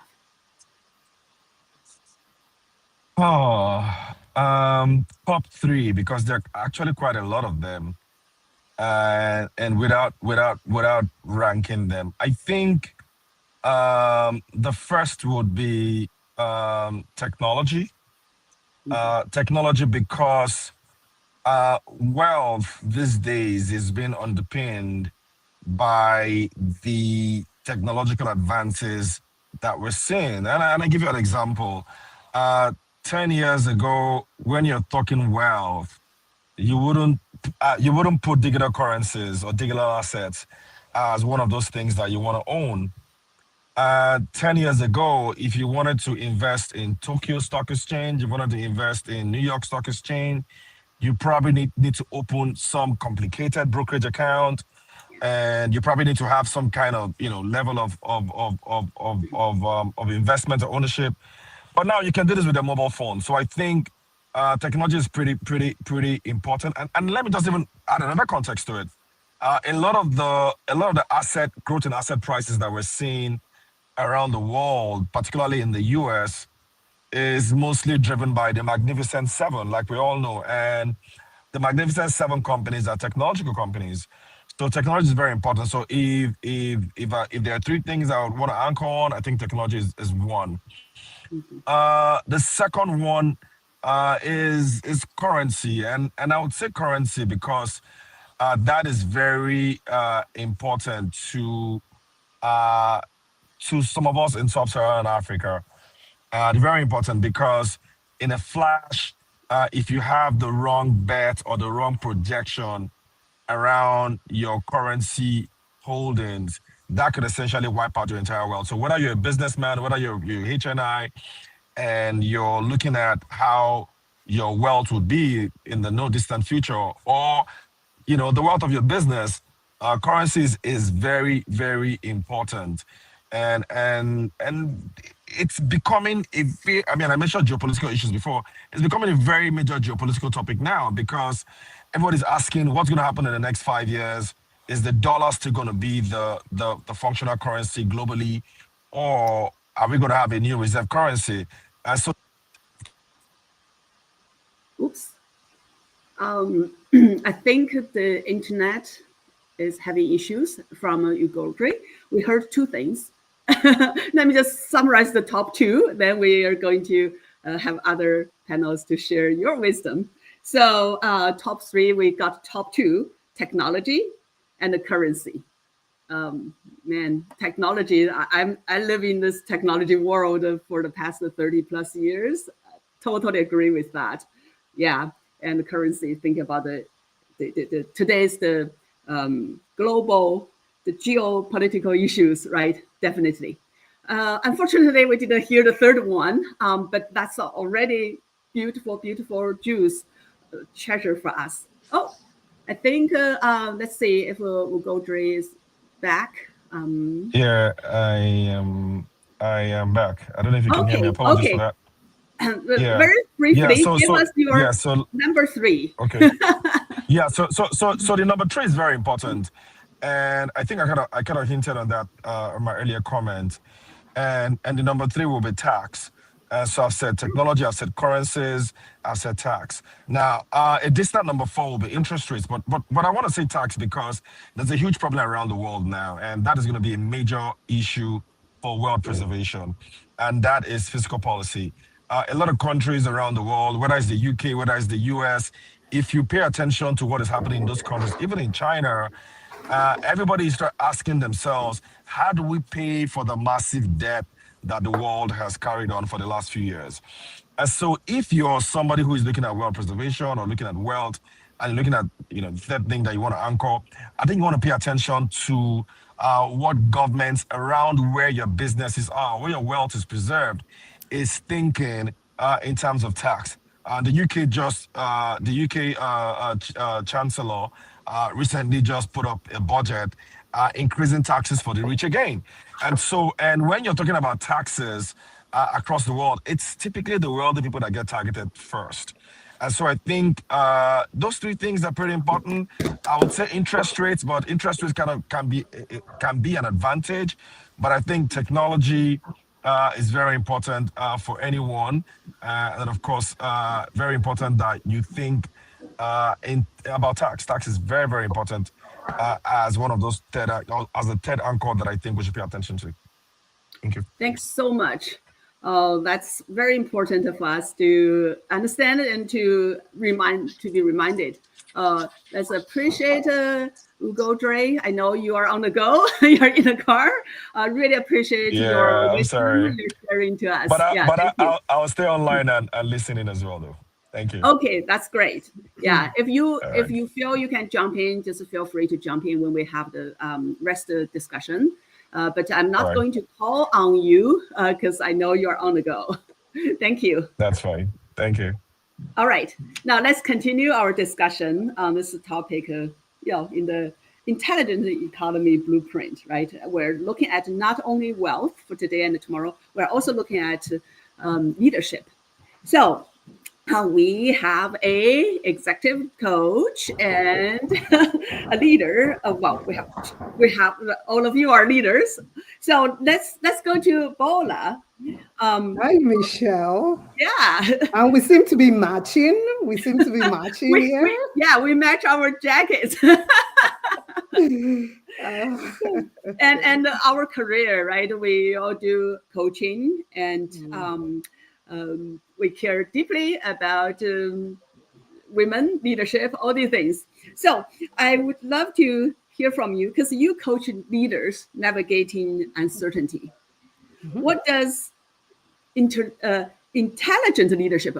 This is a new word, right? Intelligent leadership. We have all these kind of different types of leadership, but here, because we're talking about the intelligent economy. So what does intelligent leadership look like in an economy where technology, remember Ugo just mentioned technology is the top one, where technology is accelerating faster than organizational culture.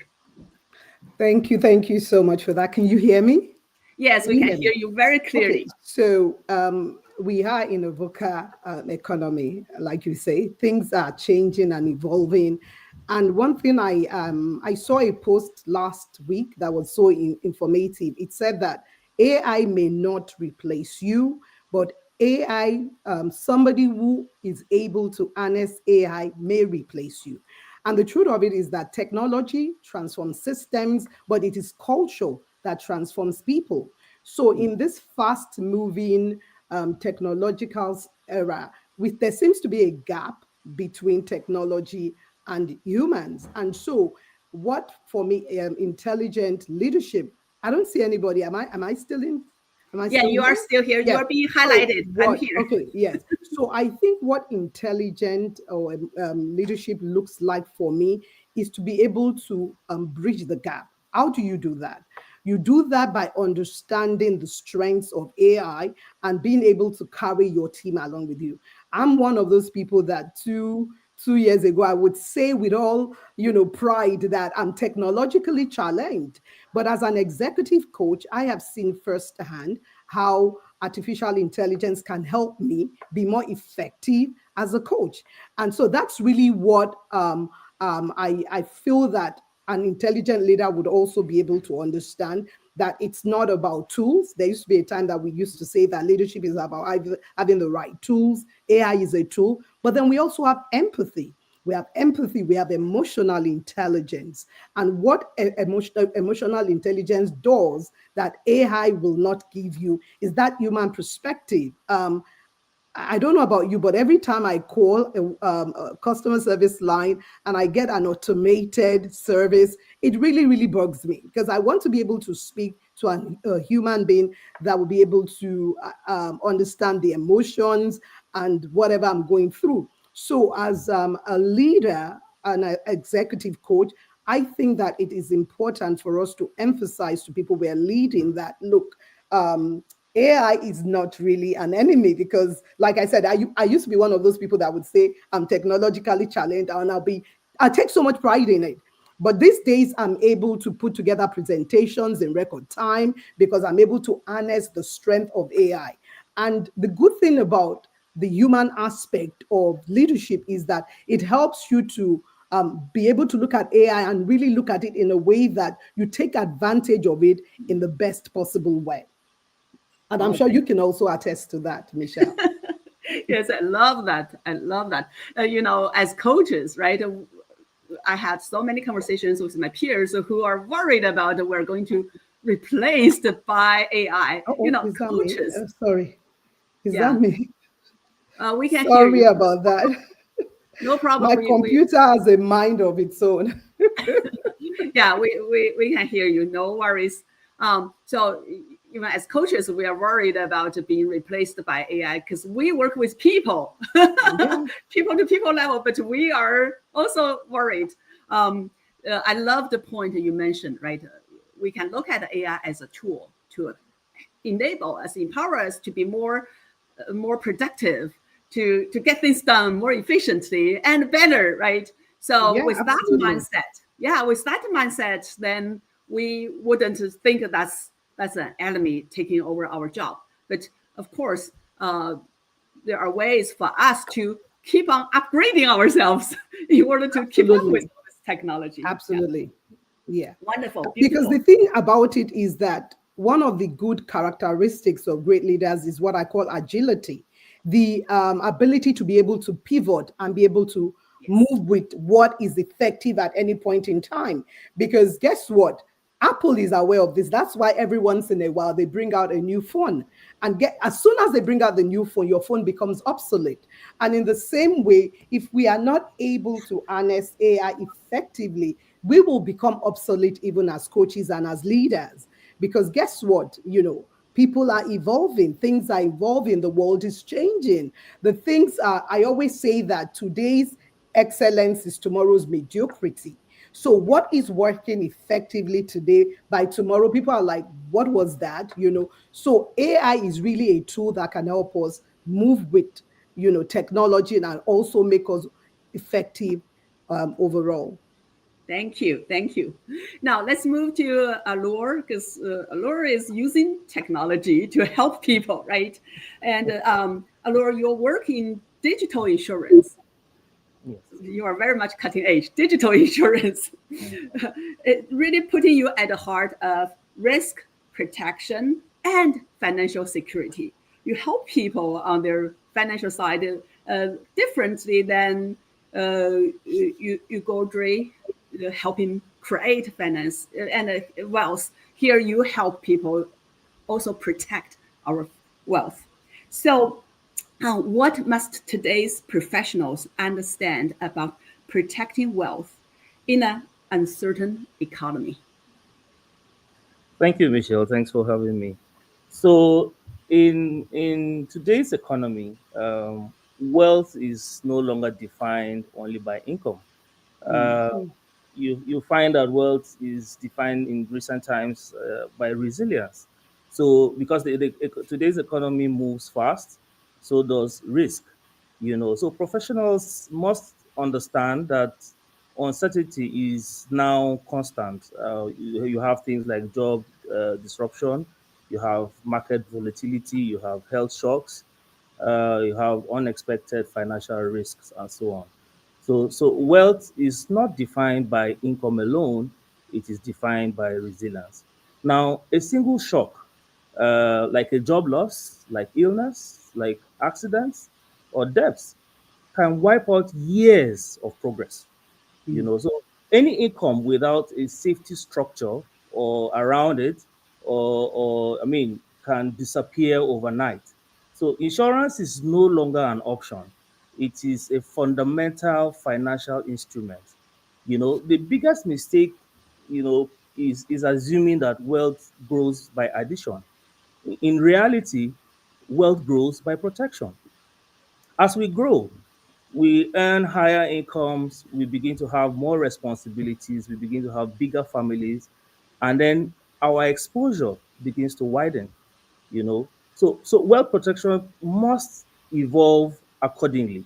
Now, technology, now allows people to automate protection to avoid financial setbacks, and recover faster, even if there is, a setback. It allows us to create safety nets instantly, affordably, and automatically. So those who adopt these tools early will have the strongest foundations for long-term success. That shift, in an uncertain world like this. So if you don't protect your income, your health, your digital footprint, your dependence, you are one event away from starting again. The intelligent economy rewards people who build shock observers, like insurance, like emergency buffers, like diversified income, and then, digital safeguards. So wealth is not just what you earn, wealth is the ability to retain. Thank you. Wow. Wealth is the ability to retain what you have earned, right? Wow. That's really powerful. What I got from you is, I love the what you mentioned. Wealth is also defined by resilience. And I learned from what you mentioned, right? I think insurance is a must have today. It's not something nice to have, right? It's really must have. Okay, wonderful. So go back to Bola. As we kind of touched on about AI, because AI is reshaping work, reshaping many parts of our life today. And to give us a high-level summary from your point of what you think competences, what kind of competences will distinguish leaders who thrive from those, right? From the AI, from these changes, and from compared to those who fade in such kind of rapid change. Bola, you are muted. Thank you so much, Michelle. One of the first thing I'm going to talk about, I actually touched on in my last, when I answered the last question, and that's agility, which is the ability to be able to not, I always say that when things happen, we can respond or we can react. A reaction is when you're not prepared. So you're kind of going with the flow. But when you respond, you are kind of just moving with the situation. So I think we have to have great agility. That's one of the competences, the ability to be able to adjust, to unlearn, to learn. Because many people think agility is just about learning. It might be about unlearning the things that you have done in the past. So agility is the first one. The second one that I will talk about is what I call strategic judgment. How does that work? It's about using the AI with great insight, but not surrendering the human discernment and context, right? So I was talking to my assistant the other day. I had asked her to work on a presentation. And as soon as I saw it, I said, you basically went on ChatGPT, asked the question and brought it back to me. And I said, look, there's nothing wrong with using AI, but we still have to use what I call strategic judgment, look at it and not surrender our own independent ability to think. Because what makes us unique as human beings is the ability to think and to reason. And so that's something that AI will never be able to do. So, because when you impute information into any AI tool, it just basically tells you what it's stored in its mind like a computer. So, that human reasoning and strategic judgment is something that we still have to be able to have. Then the next one is what I call emotional and social intelligence. That is about leading with fear, change, trust, and relationship. Emotional intelligence means that if I'm talking to people I'm leading, I can kind of read the mood of what I'm saying. The worst thing is to talk to a room full of people and they're not receiving what you want to communicate the way you want them to receive it, and you are totally oblivious of what is happening. Because that happened to me at a time and it has helped me grow as a leader. So you must have that emotional intelligence to use AI in such a way that you get the results that you're looking for. And then also you have what I call ethical authority, which is using AI in a way that, you are not using it to get the credit that you don't necessarily deserve, because you just basically put out everything that you got from an AI tool. I mean, in the old days, they used to talk about plagiarizing. And I think there will come a time. I remember I went to a conference and I asked the question that will there be a time where AI companies that run AI tools will actually be held liable, right? Because there are people that rely totally upon these AI tools, and I can see a time when people will sue an AI tool company and say, I relied on the information you gave me and it affected me in an adverse manner. So we must be able to use what I call ethical judgment to be able to know when, we really should not totally rely upon these AI tools. So I think those are the 4 things I want to talk about when it comes to competences. Wow, great. Agility, strategic judgment, emotional and social intelligence, and ethical authority. Yeah.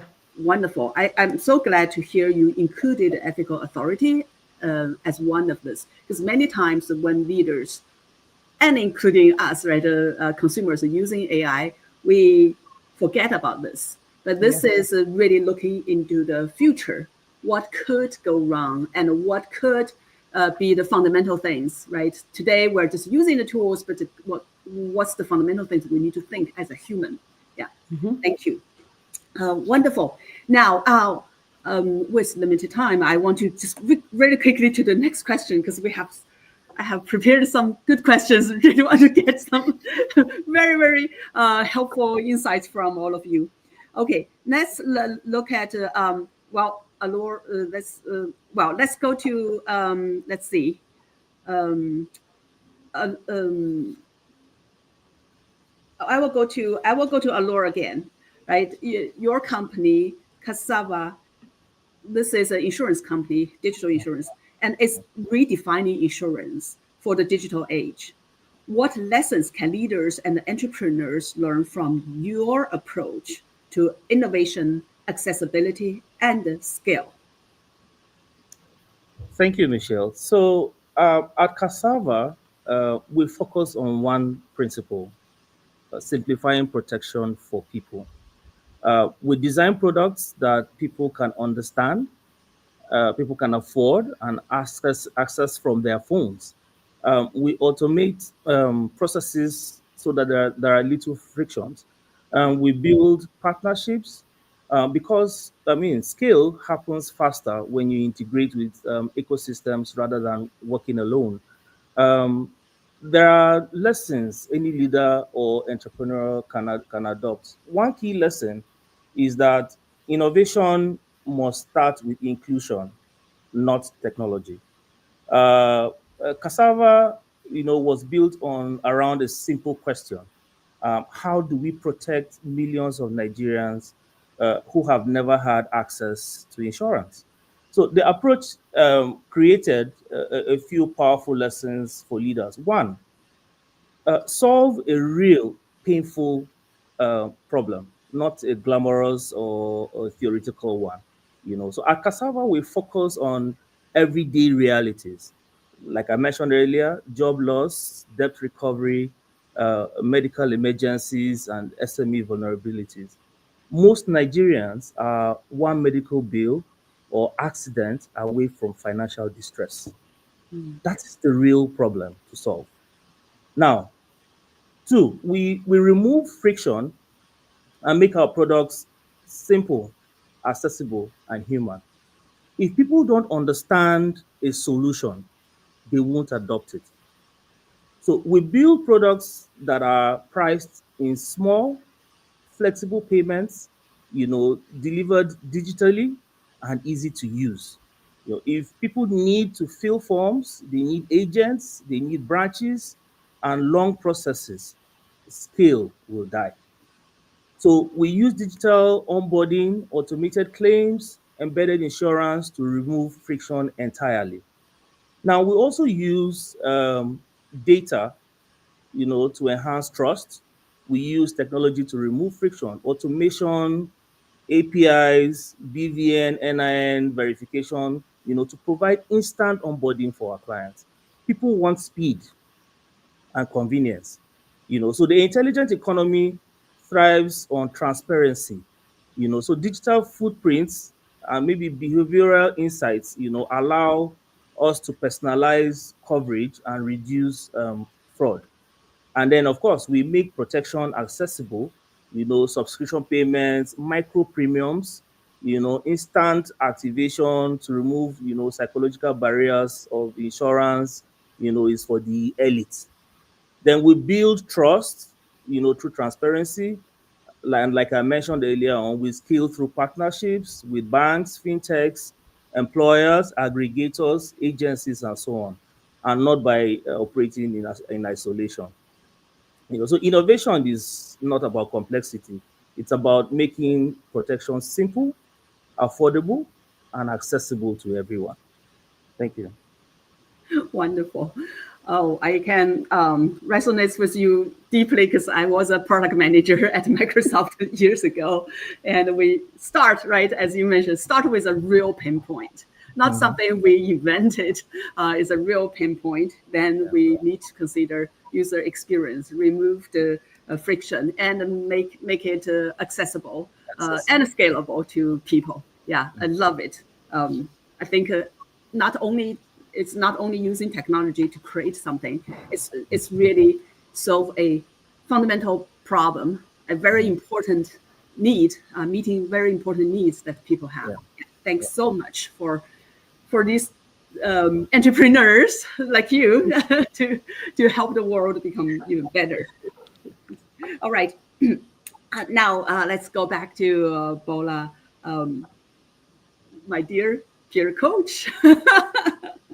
So you've worked across corporate and entrepreneurial ecosystems. What blind spots do leaders have today that will cost them wealth, influence, or opportunities in the future? Blind spots, yeah. Wow. Okay, I will start by talking about confusing past success with future relevance, right? Because I said before about how what is excellent today is mediocre tomorrow.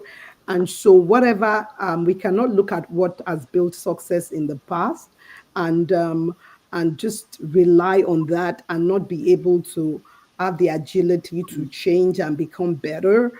The world is changing. The techniques that worked in the past, in 10 years ago, even last year, techniques that worked last year are not relevant, again. And so when we are static and not growing, we run the risk to become obsolete. Also, we have to be able to understand the cultural risk, leaders still lose fortunes through toxic culture, So we must understand the cultural risk that we face in some of the things that we do. So that would help us to be successful going forward. And, the most important thing I want to talk about, because we're talking about tech now, is that a lot of people keep thinking that AI is a tech issue, but it's really a strategy issue because more and more we're using AI to come up with the strategies that we want to be able to use. And so we cannot delegate AI to like the tech people. We have to understand that it's strategy, and so it's the job of management to be able to figure it out. And the last thing I would talk about is ignoring your personal brand and your digital presence. A couple of years ago, I made the decision to intentionally build my brand visibility, and a lot of people don't do that. But if you are going to be able to continually be successful, then you must intentionally build your personal brand and digital presence. So I think for me, those are the 4 points that I would highlight as far as that is concerned. So confusing past success with future relevance, understanding cultural risk, treating AI as a tech issue and not strategy, and ignoring your personal and your digital presence, Because sorry, let me just say this about digital presence, because where you cannot go to personally, you can go to digitally. So more than ever before. I mean, I'm in New Jersey, I'm in the United States. So look at what we're doing. Alor, I don't know where he is. I heard you say you're in Seattle. So that just tells you the power of digital presence. Yeah. And Alor, where are you? I'm in Lagos, Nigeria. Look at that. That's the power of digital presence. So yeah. Right. I feel we are so connected here, right? Yeah. And Bola, you mentioned risk, and I want to address this question to Alor, who is the expert of the risk guru. Managing the risk. Yes. So as you mentioned, right, Alor, the resilience is really important. The resilience of your wealth, for what you have, right, including your health, right, is really important. But many people they chase wealth, but ignore resilience structures. And what are the most overlooked systems that can safeguard prosperity for the long term? Yeah, so thank you, Michelle. I totally agree. Many people chase growth and forget about stability. The long-term protectors of prosperity are, like I mentioned earlier, insurance, emergency buffers, like proper documentation, multiple income channels, and most importantly, strategic mentorship networks. Prosperity is not built by hustle alone, it's built by strategy. I see a few systems that people consistently overlook, and let me mention one. I already talked about insurance. So the foundation of a resilient economy is insurance. So if you have a health cover, you have a job loss protection insurance, you have a life insurance, you have credit protection, and maybe SMA risk cover. They prevent financial derailment, right? So most people will prefer to insure their cars before even insuring their income. Yet the income pays for every other thing. Then you must, digital identity protection is also another challenge. You talk about cyber risk as we go. You talk about protecting your data. You talk about accounts and transactions, becoming part of wealth preservation. Then you talk about automation of financial discipline. You automate your savings, you automate your investments, you automate your protection. These automations remove the human inconsistency, right? Then we talked about emergency buffers earlier. You cannot build wealth if your life collapses at every shock. right? You must diversify your income and skills. The intelligent economy rewards adaptability, right? And then you must build strong networks. Wealth is sustained by access to information, to opportunities, and to guidance. So wealth is not built by desire, it is built by systems. A strong system, when you have, the strongest systems are the ones that keep you financially standing when life hits. Thank you. Great. Well, you reminded us to bring this system thinking, right? Not just looking at the points. Yeah. Think about the strategies, think about this overall picture, and make sure you have all these things, a system built. Wonderful. Yeah. I know our audience may also have questions, and it's a good time for our audience. If you have questions, type into the chat, and I think Autumn or others will watch that, and then hopefully, because we are the last session for today, hopefully we will have the luxury to answer one or two questions from the audience. And before that, I will also just do this rapid fire question. I really loved it. I watched these sessions. I said, "Oh, that's great! Rapid fire." Let's get ready. Let's get ready. The same way, right? I'm going to give you a half of the sentence, or which is a question, and you finish it, and we will do the same sequence. So it will be just really fast. After I finish my part, then Bola, you will just continue the sentence, and then Allure, you will finish the sentence. Okay. The first one, leadership in the intelligent economy requires human judgment amplified by technology, not replaced by it. So human judgment amplified by technology. Yes. Wonderful. And Allure? I would say adaptability, emotional intelligence, and data-driven decision making.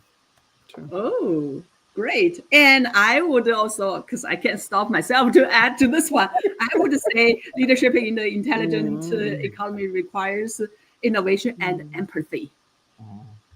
Yeah. All right. Okay. So the second question, the biggest wealth mistake people still make is? I would say chasing short-term income instead of looking at the long term, because a lot of people, we want to make money and we want to make money now, but you really have to be able to think for the long term. So yes. So I would say building income without building protection. Okay. Wow. Great. And the future belongs to leaders who can learn first and unlearn faster. Lovely. Learn fast, then unlearn faster. Learn and unlearn, right? Yeah. Mm-hmm. Yeah. So I would say who can blend technology with human insights to solve real problems. Nice. Yeah. And I would say the future belongs to leaders who can think long-term strategically and act strategically. Yeah. Wonderful. Okay. The last one is my one sentence. Okay, just one sentence. Don't elaborate too much. My one sentence advice for navigating tomorrow's economy is invest in your inner capacity as aggressively as you invest in your external growth. And I say this to people when I coach them all the time, that building capacity on the inside is what helps you thrive on the outside. Yeah. Yes. Wonderful.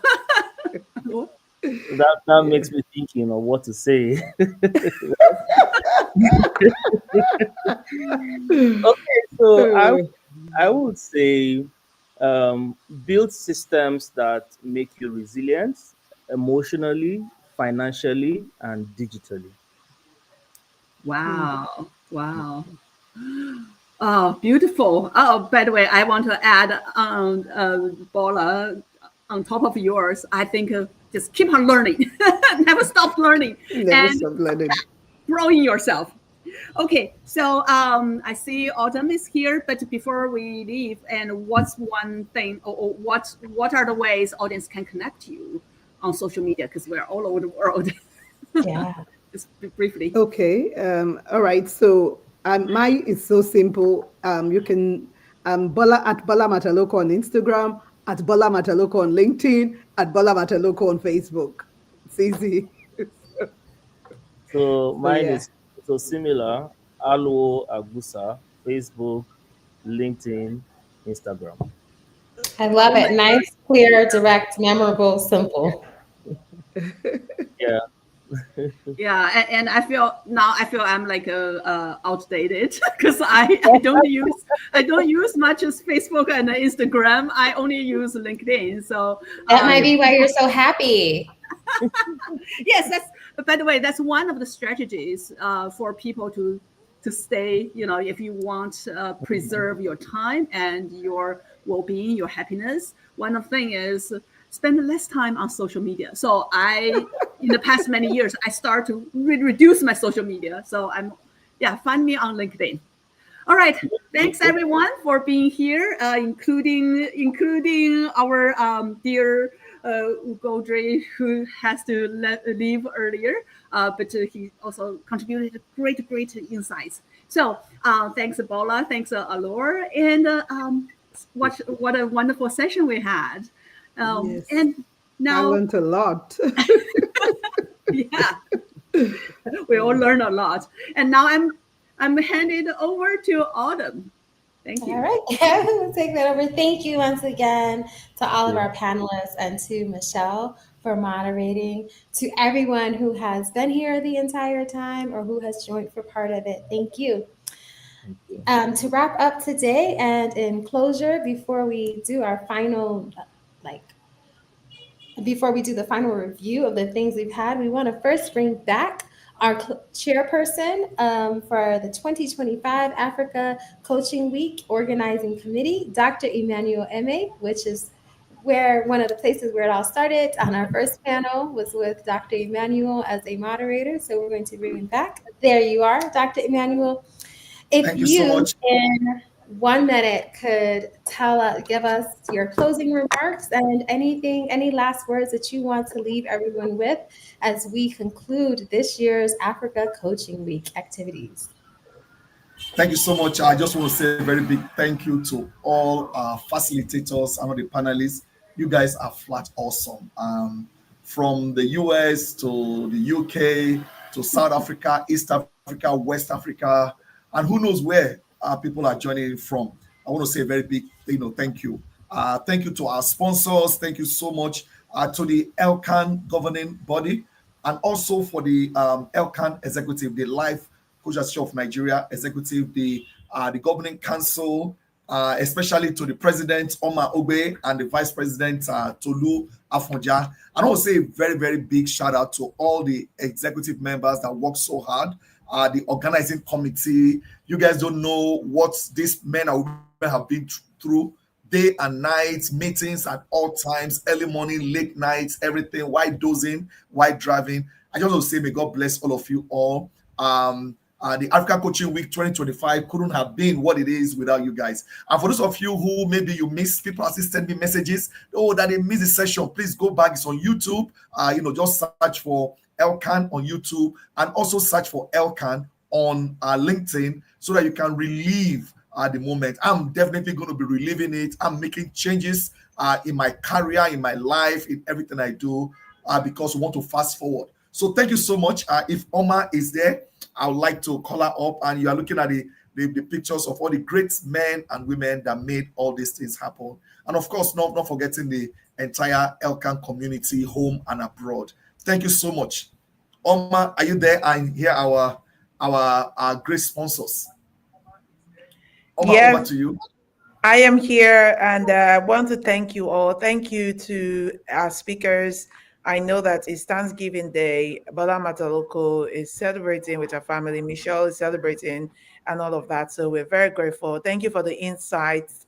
Thank you for, all of the things that you have shared. Like Autumn said, we've all been taking notes. It's just amazing. And if Autumn can, come back up so that we will, take a group photo. If we have any of our speakers here as well, yes, we'll just take a group photo before we leave. And I sincerely want to thank everyone who have joined in. The comment section is fire. I was so grateful. Thank you all. Thank you so much. Thank you. Thank you so much, everyone. God bless you. And happy Thanksgiving. And enjoy the rest. Autumn, I bring it back to you to take us into a close. Thank you. You have been phenomenal. The best hosts we could ever, think of. Thank you so much. Thank you. And thank you so much for including me. This has been a complete honor, and it has just been so filling today. It's giving me a lot, especially as we have 1 month before next year. So this has given me a lot to go back to the big board at home where I write all the ideas, the goals, and to be able to really sit down and rethink, especially around business. So much that was shared today was good around personal life, your business, and just thought and how you approach both. And for coaching, but also any other business, any that you might be immersed in, anything else that you might be doing as an entrepreneur, it was so applicable across. So there we have a lot. I think one of the biggest things taking away was around our confidence. I'm going to stick with that because we talked about humility, and actually being humble is not a negative thing. It doesn't mean that you're being timid, but the awareness around it. We talked about confidence with pricing. There's a lot of talk about that. And if we want to scale, having our confidence in what it is, knowing our value in what it is that we do. I love when Olivia talked about hours. We cannot create more hours, right? There are only 24 hours in the day. And so if you keep just thinking about how you price as hours, you're not going to be able to create more hours. But if we start to look at the value of what it is that we're bringing, then we can price for value, not having fear around that. So the other thing I'll say that we heard through and through on every single one was around systems and processes. Systems and processes if we're looking forward, systems and processes if we want to scale, systems and processes if you're just setting up. So really being clear about defining what those systems and processes are for you. So hope that all of those things, be able to take a look through the chat. There might be things that other people caught that you missed that make you go, and be sure to share them on social media. So few things we want everyone to do. All right.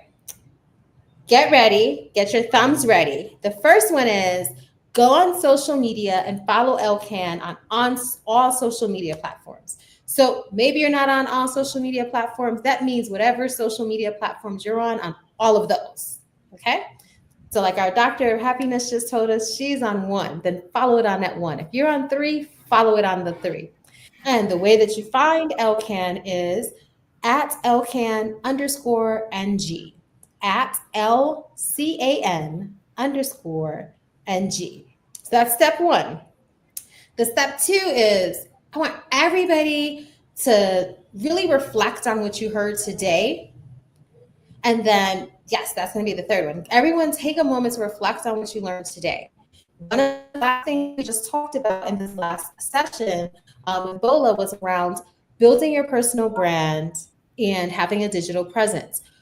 Wherever your digital presence is, let them know that you participated in this year's 2025 ACW, right? Let them know that you were present and that you were listening and that you were a part of this. Share your reflection online. And when you do share that reflection online, be sure to add your thoughts to it. So you can share a piece of what you heard today, but then give your take on it, give your spin on it, and then make sure that you, of course, tag LCAN_NG and hashtag Africa Coaching Week. All right. Third thing is email membership@lcan.ng. Membership@lcan.ng. And that is how you can join the Life Coaches Association of Nigeria. So if you're not already a member, what better time to become a member? Do it before the year is over so it does not go to next year's resolutions. Do it now. And then your last one is get a copy of the digital magazine, and you can see it there on the screen, the ACW Digest. All you have to do is go to selar.com/ACW Digest 25. So it's right there on the screen for you, so you can type that. All right, so be sure that you reflect on today, share your thoughts so you can amplify your own digital presence and be a part of the community by emailing membership@lcan.ng, and make sure that you download your digest, your digital digest today. All of that, we are now concluding today. So I want to thank you again, Oma as the president, Dr. Emmanuel for chairing this year's organizing committee for ACW. So round of applause to both of you and to the entire committee that helped to bring this amazing week together, this phenomenal lineup of speakers who have participated, organizing the gala that happened. Thank you, thank you, thank you on behalf of everybody who joined today and everybody who will watch this. And if there's anything that you want to go back and catch again, you can come right on back to this YouTube, watch it in the future. If there's somebody who you know needed to hear a piece of this, share it with a friend and make sure that you don't just keep it for yourself. Thank you so much and have a great rest of your day or evening. Thank you, everyone. Thank you so much. And that's a wrap. Thank you to our incredible host, Otto Marie. Was so grateful for your time. Thank you. Beautiful. Thank you. Thank you. Good night.